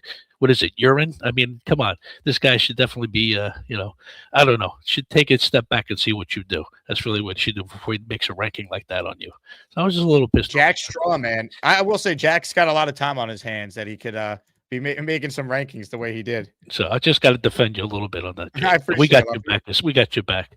It's all good fun. You got the draft coming up. I think if Aaron Glenn is as arrogant as he thinks, and he thinks he's got time, he's going to go all defense. I mean, if you look at what happened, we were down 21-0 before anything happened in a lot of these games. If we can't stop a nosebleed, it doesn't matter what we do, a quarterback or receiver or anything like that. It's just we need to keep the games close. The first step you need, and there's a lot of good defenders in here. That's what we do, because we're obviously not getting the quarterback. If we were to get the first overall, we got Mendoza, and then you can start building your offense around him, yes. But I think with what we have in the draft picks we have next year, you got to go defense. And if one of those wide receivers does stop up at 16, I'm all for it. I am kind of a Bane guy. I want to see somebody wreak some havoc, and I think that's a guy that could do it. We need playmakers on defense. I mean, if they go Reese, that's a great way to go too. I just think that we definitely need to, think of defense in the beginning of this draft with all the picks that we have, and just to keep the games close. As quarterback goes, you definitely got to get a veteran, a stopgap guy to get us to next year with a decent backup. Maybe we keep Tyrod. I mean, that's, I think, the way to go. I mean, defense is, especially if Aaron Glenn is that arrogant and thinks he's got another year. So look, you could definitely go defense, or you could just boost the offense up. They have needs everywhere, right? Like again, I'm a BPA guy, but if there's no clear consensus and you want to take the best receiver at 2, like Carnell Tate is going to help whoever the quarterback and coach is for years to come next to Garrett Wilson. You're never going to be in a game if you can't keep it close, and you're not going to have a chance to win if you're not close. So it's just, it was like a turnstile on defense. They could do whatever they want. It was like a laughing stock, and that's something they need to focus on. I don't know if in free agency there's more defenders that we could pick up than you go offense, or vice versa. There's a lot of variables, right, Jake? Our opinion's going to change if we pick up some people, right? So that's just where I feel we're at now. I agree, Luppy, and I'll play you out the only way I know how. Enjoy the sweet sounds of Jack Straw. Jake Asman is a radicalizer. He takes a fan who's mildly annoyed and turns them into a foaming-at-the-mouth lunatic for 3 hours, then reads SuperChats about it. He doesn't cover the Jets. He covers the argument about the Jets. And he's basically a rage DJ. He doesn't create the anger. He just remixes it louder and sells $2 SuperChats. More from Jack Straw. Regarding the content treadmill streamers, This is where Matt O'Leary, Boy Green, Jets Central, Jets Media, and many others all live. Different logos, same product. They post nonstop and say nothing. Every day is a new reaction, a new thought, a new emergency. And you finish it realizing you didn't learn a single thing. It's volume without information. Still the same treadmill. Video from my car about nothing. Just flavored with optimism / panic / whatever the consensus feeling is at the time of recording. Angry Jack Straw. Robbie Sabo actually watches film and talks real X's and O's. The knock is he can get a little preachy and way too in love with coaching and scheme. Like every problem is solvable if you just execute harder. Sometimes the Jets just stink. Still, he's doing actual work, not engagement farming. Thank you. Jack Straw's watching live. Jack Straw here. Big fan of Jake's. Luppy, send your super chat. Thank you, Jack Straw.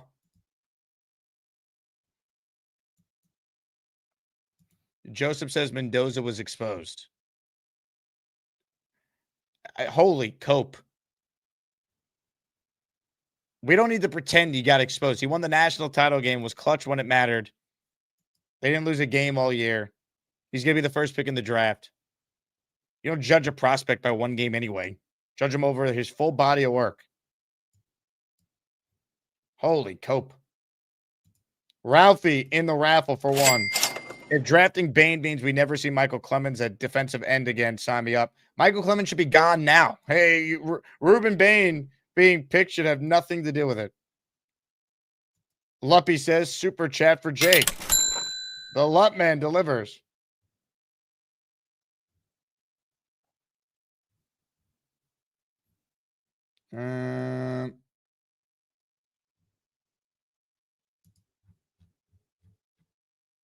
Ladies and gentlemen, home stretch of our program. I see him on the line. Unfortunately, I have very little faith in this going the way we want it to go, but we'll try anyway. Hello, I'm Mikey. I'm Bobby's little bro. Have you seen Jake Graves? She's so beautiful. I love my boy Jake, but not in a gay way. I am so happy. I'm not going to touch anything, I promise.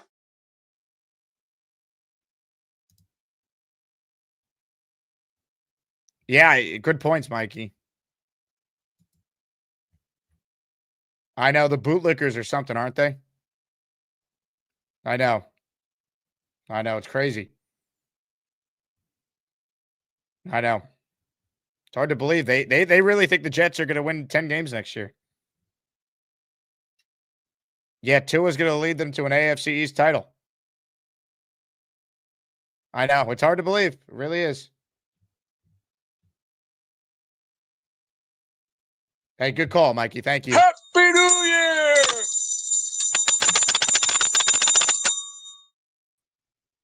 Good morning there, Jake. How are you doing? I'm good. Well, did you hear about that second Arctic blast that's coming in? Arctic blast that's coming in. Yeah, we're getting an Arctic blast from up north. In I'll give you an Canada. Arctic blast. It's like I gas right now. Oh. I mean,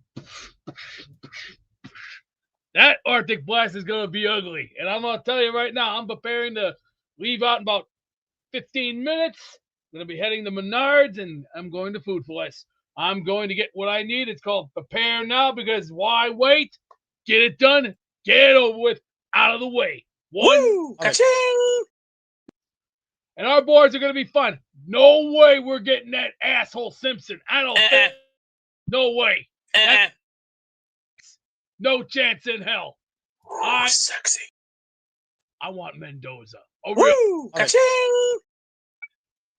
Mendoza won. I like it. I like his style. I like his speed. And I like his spirit. No shit. Ding dong.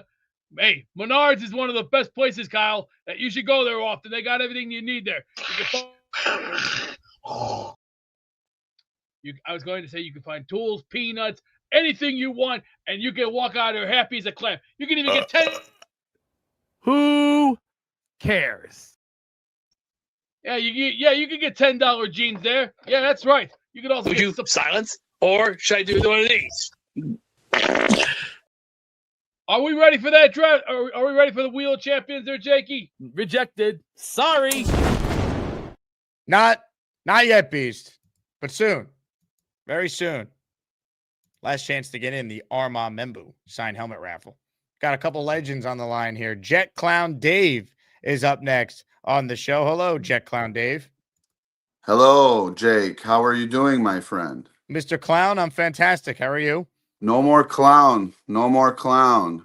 This franchise has taken the clown away from me. And I'll tell you what, Jake. You know what? I'm sick and tired of every offseason, okay, getting excited. Then the season starts. Then you go to shit. And next thing you know, you're getting blown out every single game. I cannot tell you the feeling of watching a game, going down a touchdown, and knowing you're not going to come back. You just know. You just know. A normal, regular franchise, okay, you got to, not even the Bills or a good quarterback team, you always feel like, okay, a touchdown and you come back. The Jets, as soon as they go down, you know we're done, you know? And, you know, I don't have as many years as some of you guys. You know, I'm 15, 16 years into this misery. And, you know, it's maybe a little unfair for me to be pissed off, right? I know fans been 30, 40, 50 years. But, I mean, this is just like, I'm just expressing my friend. You know, I don't call in your show much. I saw you in Vegas. You know how I got love for you. But it's not even comical anymore. This is just pure, like, just, it's darkness, man. And you know, I don't see any light at the end of the tunnel. And you got all these coaches that have been fired. You got so many good options, you know, good available coaches on the market, and we're just gonna continue with this guy. Like, what are we doing, bro? Yeah, I mean, I've been at a loss for words that we are in the spot where they're keeping the worst head coach in football for another season. It is insulting to the fan base. There's no justification for it. And it's why the optimistic side of me, because I always try to be optimistic, is look, you're going to have half the league that has a first or a second year coach going into the 2027 offseason. Maybe the Jets by default will happen to be one of the best jobs at that point. And we have 3 ones in cap space and some pieces here that maybe we could get a real coach and pair up our quarterback then. I mean, that's kind of where I'm at, because it's just tough to find real justification for why the Jets are sticking with a coach we all know is bad. You know, when I hear the optimism, you know, guys like you and O'Leary, and I know you know you try to find the light, and then I do too, but it truly feels like no matter what we do, nothing's going to go right. No matter what we do. And I try to be positive. And I mean, call this a venting session. You know, I don't call in your show much. You know, I got love for you and all that. But I mean, come on, like I think of the Patriots, right? 20 years of domination, 20 years. I mean, how unfair is that? That now they're about to go to their next Super Bowl, more than likely. You know what I mean? And it's like they cleaned up their act in 2 years in one, you know, and it's like, it seems like we always have this like 5-6 year rebuilding process that never comes to fruition. And at this point, it's like, it's just so discouraging, man. And I'm a loyal guy. I'm gonna stay a Jet fan till I die. You know, I'm gonna stay Jet fan till I die. That's never gonna change. You know, but you know, like I get, you know, I'm not close to New York. I'm all the way on the West Coast. You know, you have a little couple of like 6-7 Jets guys meet up at a bar. You try to get excited, and then after 3 games, the whole season is done. Nobody's texting and nobody's meeting up anymore. And it's like, it's so discouraging. I go to these bars, Bills bars, Eagles bars, whatever bar, and they got their whole fan base. And you know, I wear my Jet gear, and it's always, it's a fucking joke, bro. Everyone's like, "Oh man, you're Jets fan." They like feel sorry for you, you know. So I wish I could add more like content and make this a more positive call. But unfortunately, man, like the I can't even wear the clown suit anymore, man. It's like beyond that. So, you know. Well, wouldn't the clown suit be more fitting now because they are still a clown operation? Absolutely, absolutely. And the time will come where the clown will appear again. But for now, it's just this like doom and gloom, darkness, and that when I first became a Jet fan, 2009, 10, because of Mark Sanchez, like, let's put aside whatever happened recently. I mean, that's the reason I became a Jet fan, and I fell in love with the chant and the branding, the colors, the fans. I know what it means to be a Jet fan. When I learned about that, it's not every day some guy out here in LA is just like becomes a Jet fan, and I'm not from New York or anything, and that fire and that love and that excitement and they're just like a touchdown, and it's just like it's just so like it's just they suck it all out of you. They drain all any good feeling you have out of you, and it's like they're masters of doing that, and so hopefully things turn around, man. And I'm very it was cool seeing BT on your show. I'm a big fan of his, and I'm very happy for your success, and your show is fucking awesome. I watch your show all the time, even though I don't call in. What you do for the fan base is guys like you that keep us engaged and keep us giving a fuck. You know what I mean? And if it wasn't like, what would we have if we didn't have, an outlet like this to express ourselves, to watch, and to all be in the suffering together? So, I love Jet fans, and I love the Jets, and it's just it's an abusive relationship. It's an abusive relationship. We keep going back to our abuser. There's like a condition called for that. I don't know what that's called, but like that's like what we are. We just like keep going back to it. They keep promising us change and promising us they'll be different, but unfortunately, we don't get any change. In fact, it's gotten way worse since we, got rid of Sala. And I might be repeating a lot of the stuff everybody knows, but I just felt like I really wanted to call and get it off my chest. And I just personally, I feel better, man. This Jet thing is just so like it just. It gets to me. I try to say, oh, it's just football. It's just a sport. But no, I care. It gets to me, and I'm sick of this shit, dude. Sick of this shit. I feel you, man. Look, I'll do my best to try and cheer you up. At least the Jets did not allow a single field goal block this year.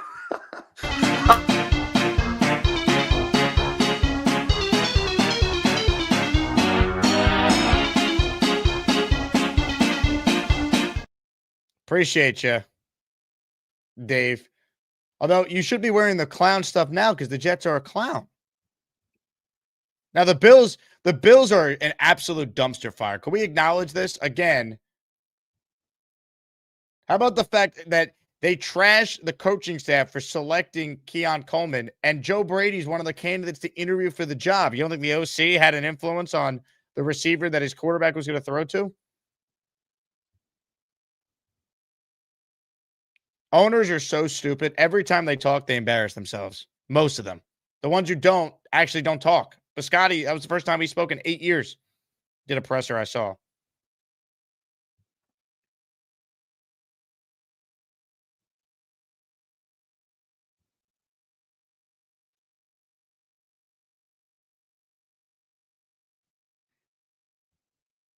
I love Nick Faria currently doing the spin cycles because no one wants the Eagles OC job. It's funny. Eagles fan Nick and Jet reporter Nick are two totally different people. I love busting his balls about it. How Nick discusses the Jets and how he fans for the Eagles are two totally different things. A lot of people seem to forget Kellen Moore wasn't the Eagles' first choice at play caller. NFL has become far too reactionary to simple coaching decisions. I don't know, man. Brian Dable chose to take the Titans gig over a team that won the Super Bowl last year. That seems like kind of a big deal. Assuming Dable doesn't get the Bills head coaching job. That was the story earlier. Bills owner Terry Pagula says, great roster, no Super Bowl appearances.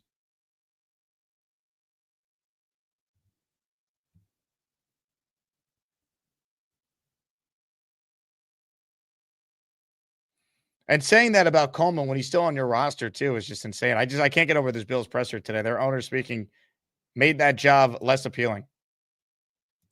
He really did.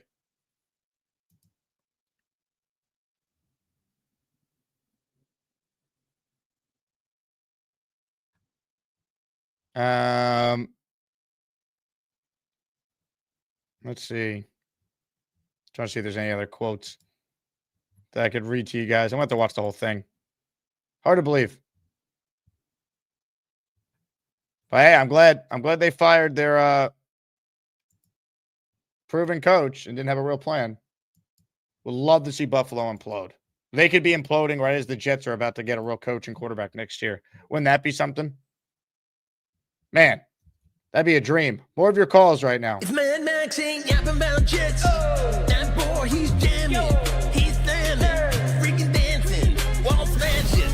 I'm Jake Asman. If Mad Max ain't ever stopped yapping, that boy, he still be dancing. Then call Jake Asman. He got an orange wall.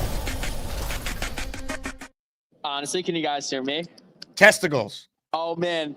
So we were going to talk about the draft discussion. So there's going to be a debate between Alvaro Reese and Ruben Bain number 2. So I think the Jets need to draft Ruben Bain number 2. He's a very physically dominant defender. What's your thoughts on that, Jake?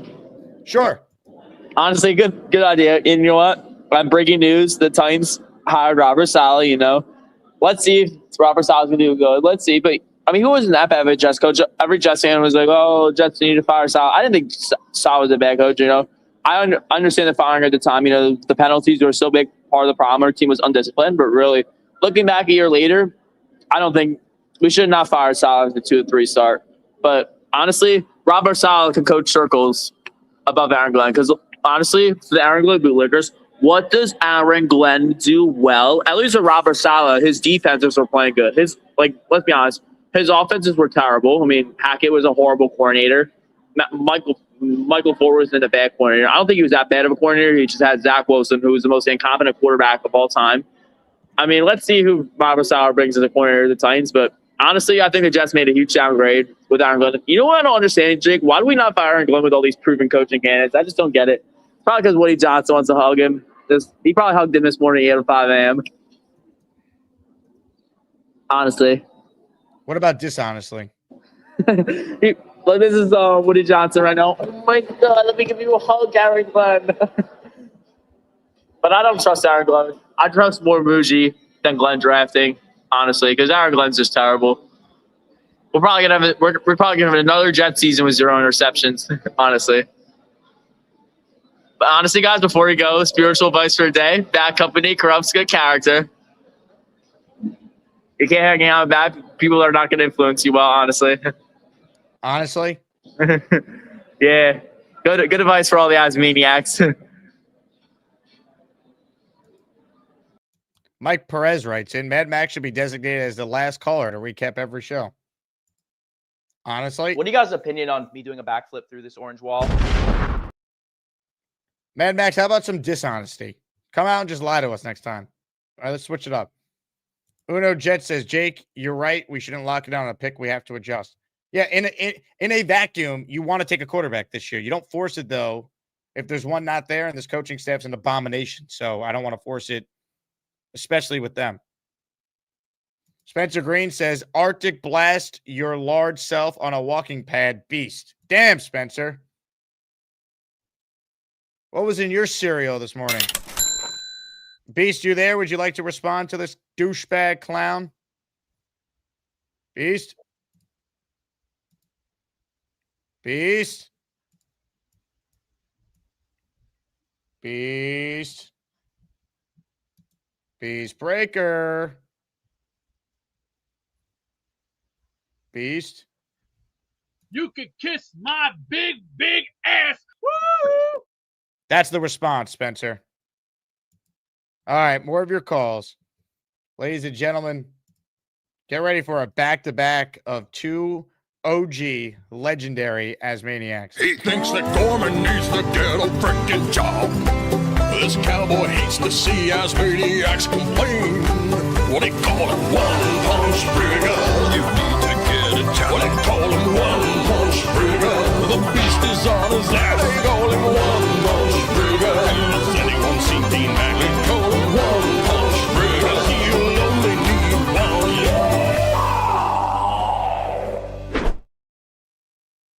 Jake, no volume. Hello, Dave. You're on mute, Dave. Mike's on mute. Can't hear you. Unmute the mic, Dave. How about now? There you go. Oh, how's things going today? Fantastic. I like that hat. Like that hat? That comes from that's my Grand Canyon hat. Nice. I wore that. I wore that down a mule ride down the bottom of the canyon. I advise everyone to take that trip. Great, it's a great adventure. You know, adventure and achievement. What that Mad Max can talk. Boy, his lips just fly. I don't know how a kid could talk that fast. But he's got lots to say. He's funny. He's funny. I give him credit. That last advice was good advice he gave. So he's a good kid. Is he actually a content creator now? Yes, he is apparently pumping out Jets content, the likes of which we've never seen before, Dave. I know he needs to get updated. You know, his stuff is a little stale by the time he's spitting it out there. But I give him credit. He's a good kid. He has some drive. A lot better than others that we have on the channel here. The kid's going to school and attempting to get himself out there. So he's got a lot of zip. Anyway, he's a Maximaniac, Dave. He's wild. He can fly. Anyway, I got a note to the Green Clown. You're just a rookie. Don't let go of the rope. 16 years, 16 years in. Hey, you haven't seen nothing yet. This is really bad now. The Jets have become the pariah of the NFL. You know, it's terrible. It's terrible. But hey, the thing is, we all like to tune in to get, we want to see some kind of advancement, progression, but every day it just seems to get worse. I don't know, Jake. I'm looking forward to seeing this, Bain coming to the Senior Bowl and him being on the content guys. I think I saw his play. This guy's been terrific. I mean, I'd rather, he's proved himself on the field. I don't like projections like this Reese, We've seen too many projections. And this stuff about his small arms, that's a bunch of baloney. If he's a player, he's a player. I don't believe that small arm stuff, if you're a player, you're a player. I don't like guys that look like Tarzan and play like Jane. What's your opinion of him? I want production. And if the guy can produce at the highest level, that matters to me when it comes down to it. Over the debate we'll have with certain prospects about arm length and speed and size, like production ultimately matters to me, especially when you're doing it on the biggest stage. Yeah. I watched that game. Was a terrific game at the college championship. I mean, you just saw in the field. I mean, compared to the defense that we watched all year, I mean, those guys cared. I mean, they were playing. I mean, both teams. I mean, the stuff that we watch is not even football. I mean, you think about the defense that we watched all year. I mean, it's not even a joke. You're right. It wasn't even a joke. It was just non-competitive. I mean, how could you play like that? When you watch kids, I mean, I know they're not, I mean, it's a whole different thing, the college game. Now, they're not, some of these guys are 25 years old. I mean, it's a different thing, but they got so much drive compared to our team. They have none. They could care less if they tackle. They could care less if they plug holes. I mean, I don't, and we, and listen, your views are objective. This stuff about hate, I don't get. Okay. And first of all, hate is a whole different definition, adjective that's been used here. I mean, this is not hate. This is looking at reality. I mean, what's this hate baloney? I mean, we want to see play on the field. I'm fearful of this. I'm fearful of Glenn's influence in the draft here to save his rear end. Drafting players are just not good for the long term. I don't trust this guy. I really don't. I'm afraid Muji's going to be overruled in his picks. That's what I believe. This guy's so desperate now. It's just like it's just like the Bichette Mets move. Desperation ruled what they paid that guy. That's the same kind of deal we're seeing here. Glenn is going to do anything to save his rear end.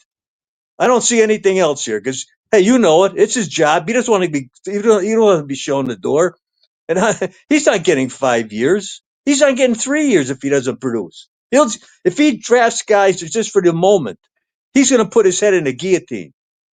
And we're going to suffer again. All we're doing is suffering here. He's made the franchise a pariah. We're like the lepers of the NFL. This is ridiculous. Why this team has become, why they've put us in this situation. It's fans that we have, how we have to suffer with this garbage. And you know what? I want to look up. I want to be a guy that looks up. I want to have a smile on my face. But this guy, they can't put smiles on your face. They don't want us to smile. They want us to frown. Jake, it's just heart wrenching every day. It doesn't get better. And London's still here. What is this guy still doing here? He's an offensive genius, Dave. We got it. When you have a chance to keep a quarterback coach who's barely coached quarterbacks and was a running back for most of his life, you have to do it. He put a quarterback on the field this year that didn't know what he was doing, was afraid to throw the ball, and he's still here. And he puts a kid out there, Cook, that didn't know what he was doing. And Glenn holds on to this guy.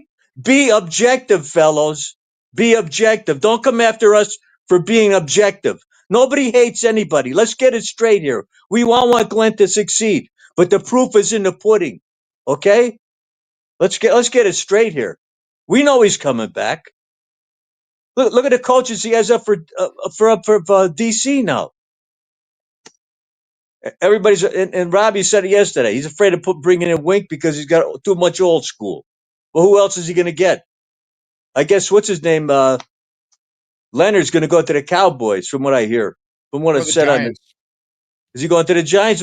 I saw something today. He's going to the Cowboys. He's a candidate for them. He's a candidate for a couple of jobs. And the bottom line is, I don't think he'd pick the Jet job over some of these other opportunities that are out there. Why the heck is he coming here? Would you come here? No. Ask yourself that. Would you come here? Hey, we're Jet fans, and we wouldn't come here. This is how bad it is. This is how bad it is. Yeah, I mean, look, if I had other options, Dave, you're picking a different situation than a situation where you could be out of a job in a year if the team doesn't win games. Yeah. Well, where are we going to get hope from? That's the thing. Where's our hope going to come from? Besides, I said it last week. We need a miracle on ice. That's what we need. It's the only thing that's going to happen. Some kind of reverse the curse. I don't believe any curses, but that's what we need. We need something like that. I don't know. I don't know what's going to happen. Hey, listen, let's see what goes. I don't know. It's day to day now.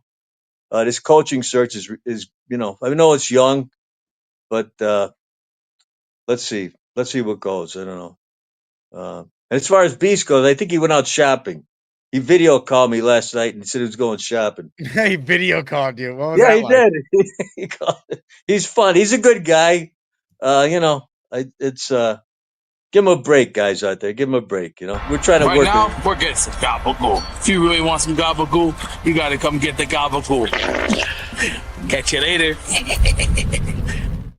I had to take a Renzel first because when the stomach calls, you know the old saying, when you gotta go, you gotta go. And let me just say this, I'm not a Tarzan Jane guy, but I wouldn't mind doing Tarzan's voice going, oh. That's a Tarzan call. But our boys, Beast, you going out shopping or what? Never steal home without it. And I'm about to leave out of here about 5 after this Wheel of Champions. I'm gonna start not flying, gliding because that's what we need to do. Please do not start. I'm gonna do everything on time and on task and on fire. See, there's an old saying: if you don't have speed, you don't got the agility. If you don't have any finesse, you ain't got what it takes. If you don't have the balls, then get the hell out of here and don't come back.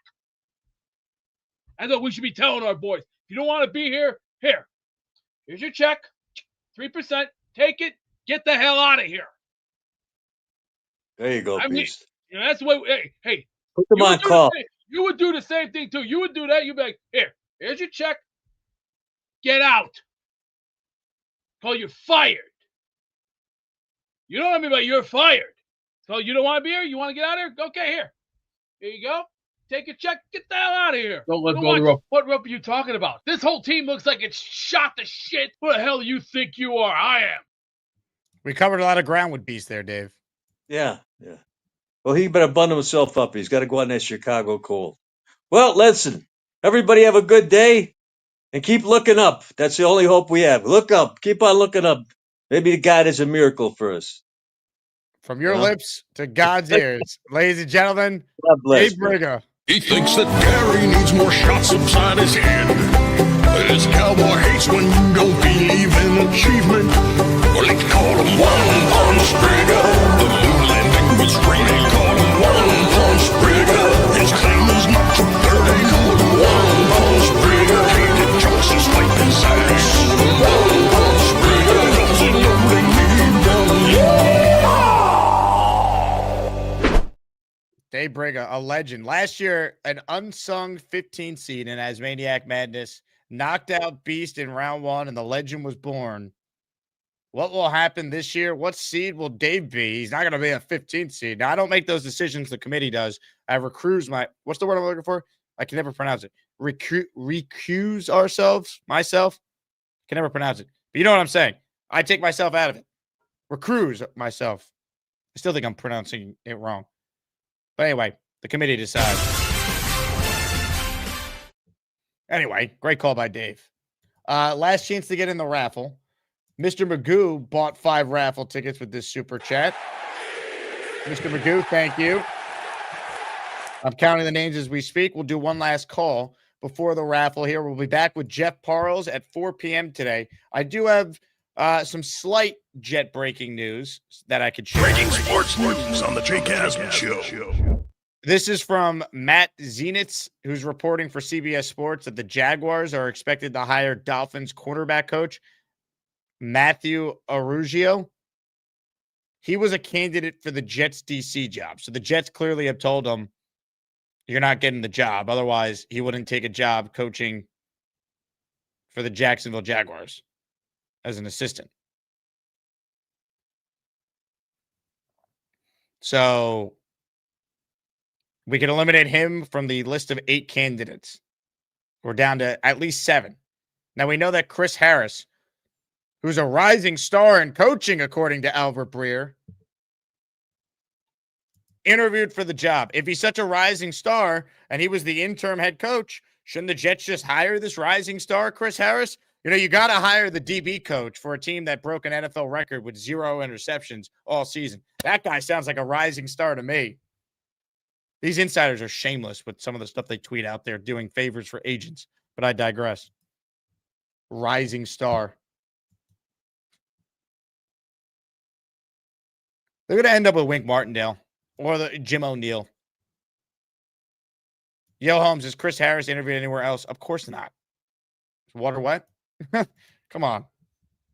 I'm not even trying to be mean. It's just like I'm tired of BS. They hire Chris Harris. Can we simulate the season? We're not even trying at that point. All right. Time for the closer. He's home, his bell is on the bed. That's what feels good. On the road, his bell is on the bed. In a dirty hotel room. He calls the show, his bell is on the bed. He's just more comfortable. He got a beard, loves the Jets, SuperChats. Well, the big fella sleeps alone. There's no room on his bed. Well, that's a big fella.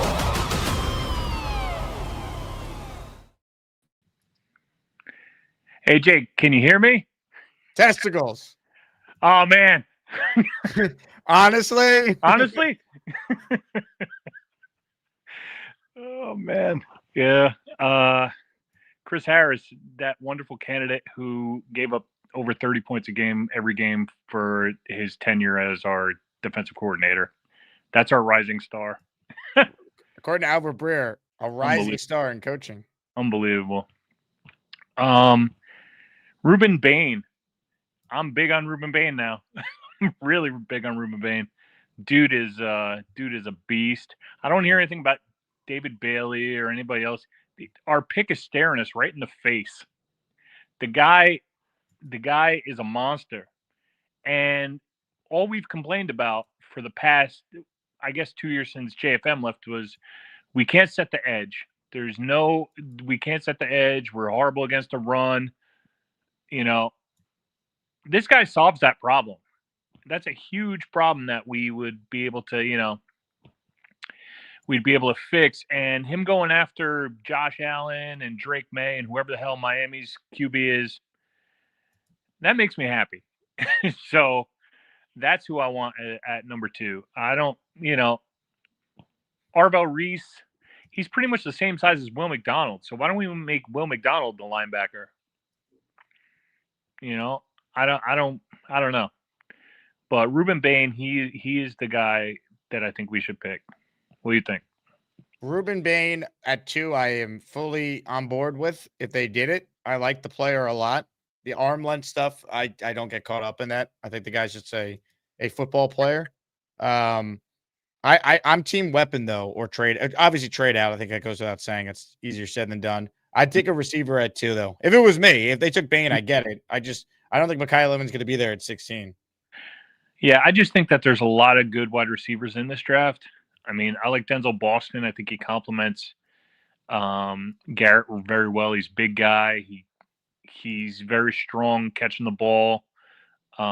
His father was a great wide receiver. Not that means anything. I mean, Marvin Harrison's been kind of disappointing, but yeah, I like him. Chris Brazzell from Tennessee, you can get later. Guys like that, bigger wide receivers. I mean, if we got Mekhi Lemon, that'd be great too. But, I think that there's more wide receivers in this than a guy like Bain who could really fix a major problem that we've had for a long period of time. That's just what I'm thinking. I totally get that. I'm just hoping we get lucky where someone wants to trade up to 2, and then it kind of opens the door for so many things. Yeah, no, that's true. That's true too. Later on, maybe get a quarterback. I guess where were we? 44. We are 44 in round 2 and pick 33. So the first pick of round 1. Yeah, 44. I could see us going for quarterback maybe, or possibly trading back in the 3rd. If we were to trade back into the 3rd, though, I would go for that guy D'Angelo Pons, the small corner, and I'd put him at nickel. Pons is awesome, man. That guy's if he was taller, he's clearly a first-round guy without question. And Darrelle Revis was 5'11", so height's not everything at that position either. Yeah. I mean, I see him as Ray Mickens 2.0 for all the old school guys. I see him as Ray Mickens 2.0. Put him at the nickel and just let him be a ball hawk and play great. So that's what I would do anyway. Well, big fella, this is for you. It would be extremely painful for you. Big fella wants Bain. It would be extremely painful for you. Gator, we need a version where we have Bain saying the iconic line, "You merely adopted the dark. I was born in it, molded by it." It would be extremely painful for you. Love it. Love it. All right, I have all the raffle names counted. By the way, Pons is supposed to be at the Senior Bowl next week, and Ruben Bain is confirmed, which is exciting. Pons, Surratt, Keontae Scott, Bain, and Mesidor reportedly all will be in Mobile. Bain's actually already been confirmed. I saw the Senior Bowl put it out there, but I heard from sources that those other players are expected to be there too, which is exciting. Ladies and gentlemen, are we ready for the raffle?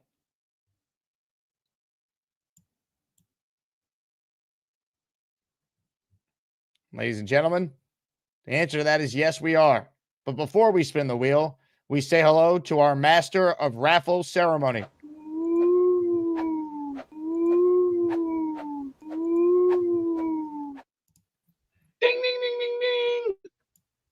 And now, ladies and gentlemen, it is now time to spin the 2026 Wheel of Champions!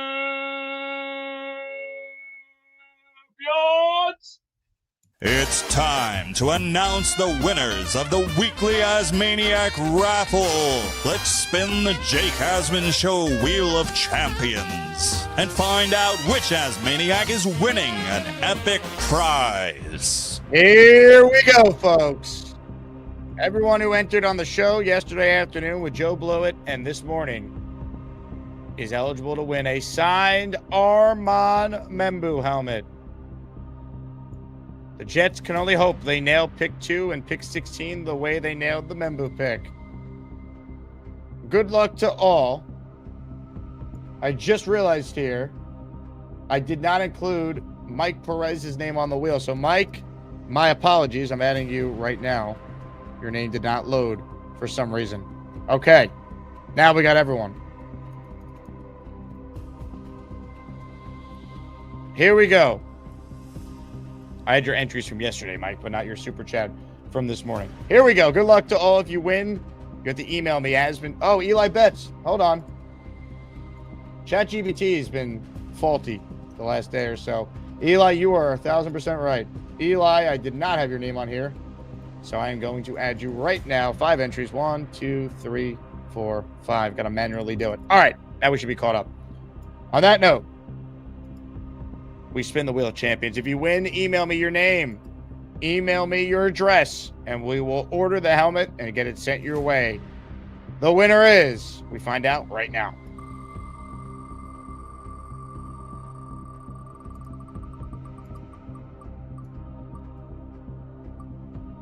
It's Frank P. Frank gifted 10 before the show even started. He wins a signed helmet by Armand Membu. Let's go, Jets. Let's go, Jets. Let's go, Jets. Let's go, Jets. Let's go, Jets. Hell yeah. Thank you to Frank P. Thank you to everyone who entered today's raffle. We'll have another prize up for grabs this afternoon. 4 p.m. Eastern is the projected start time for Jeff Parles to join the program. Until then, I'll leave you guys with a short clip. Sit back, laugh, cry, emote. That's what we do around here. This has been the Jake Asman Show. Like the video on your way out. Make sure you're subscribed to the channel if you haven't already as we continue our quest to 50,000 subs. Go Jets, everyone.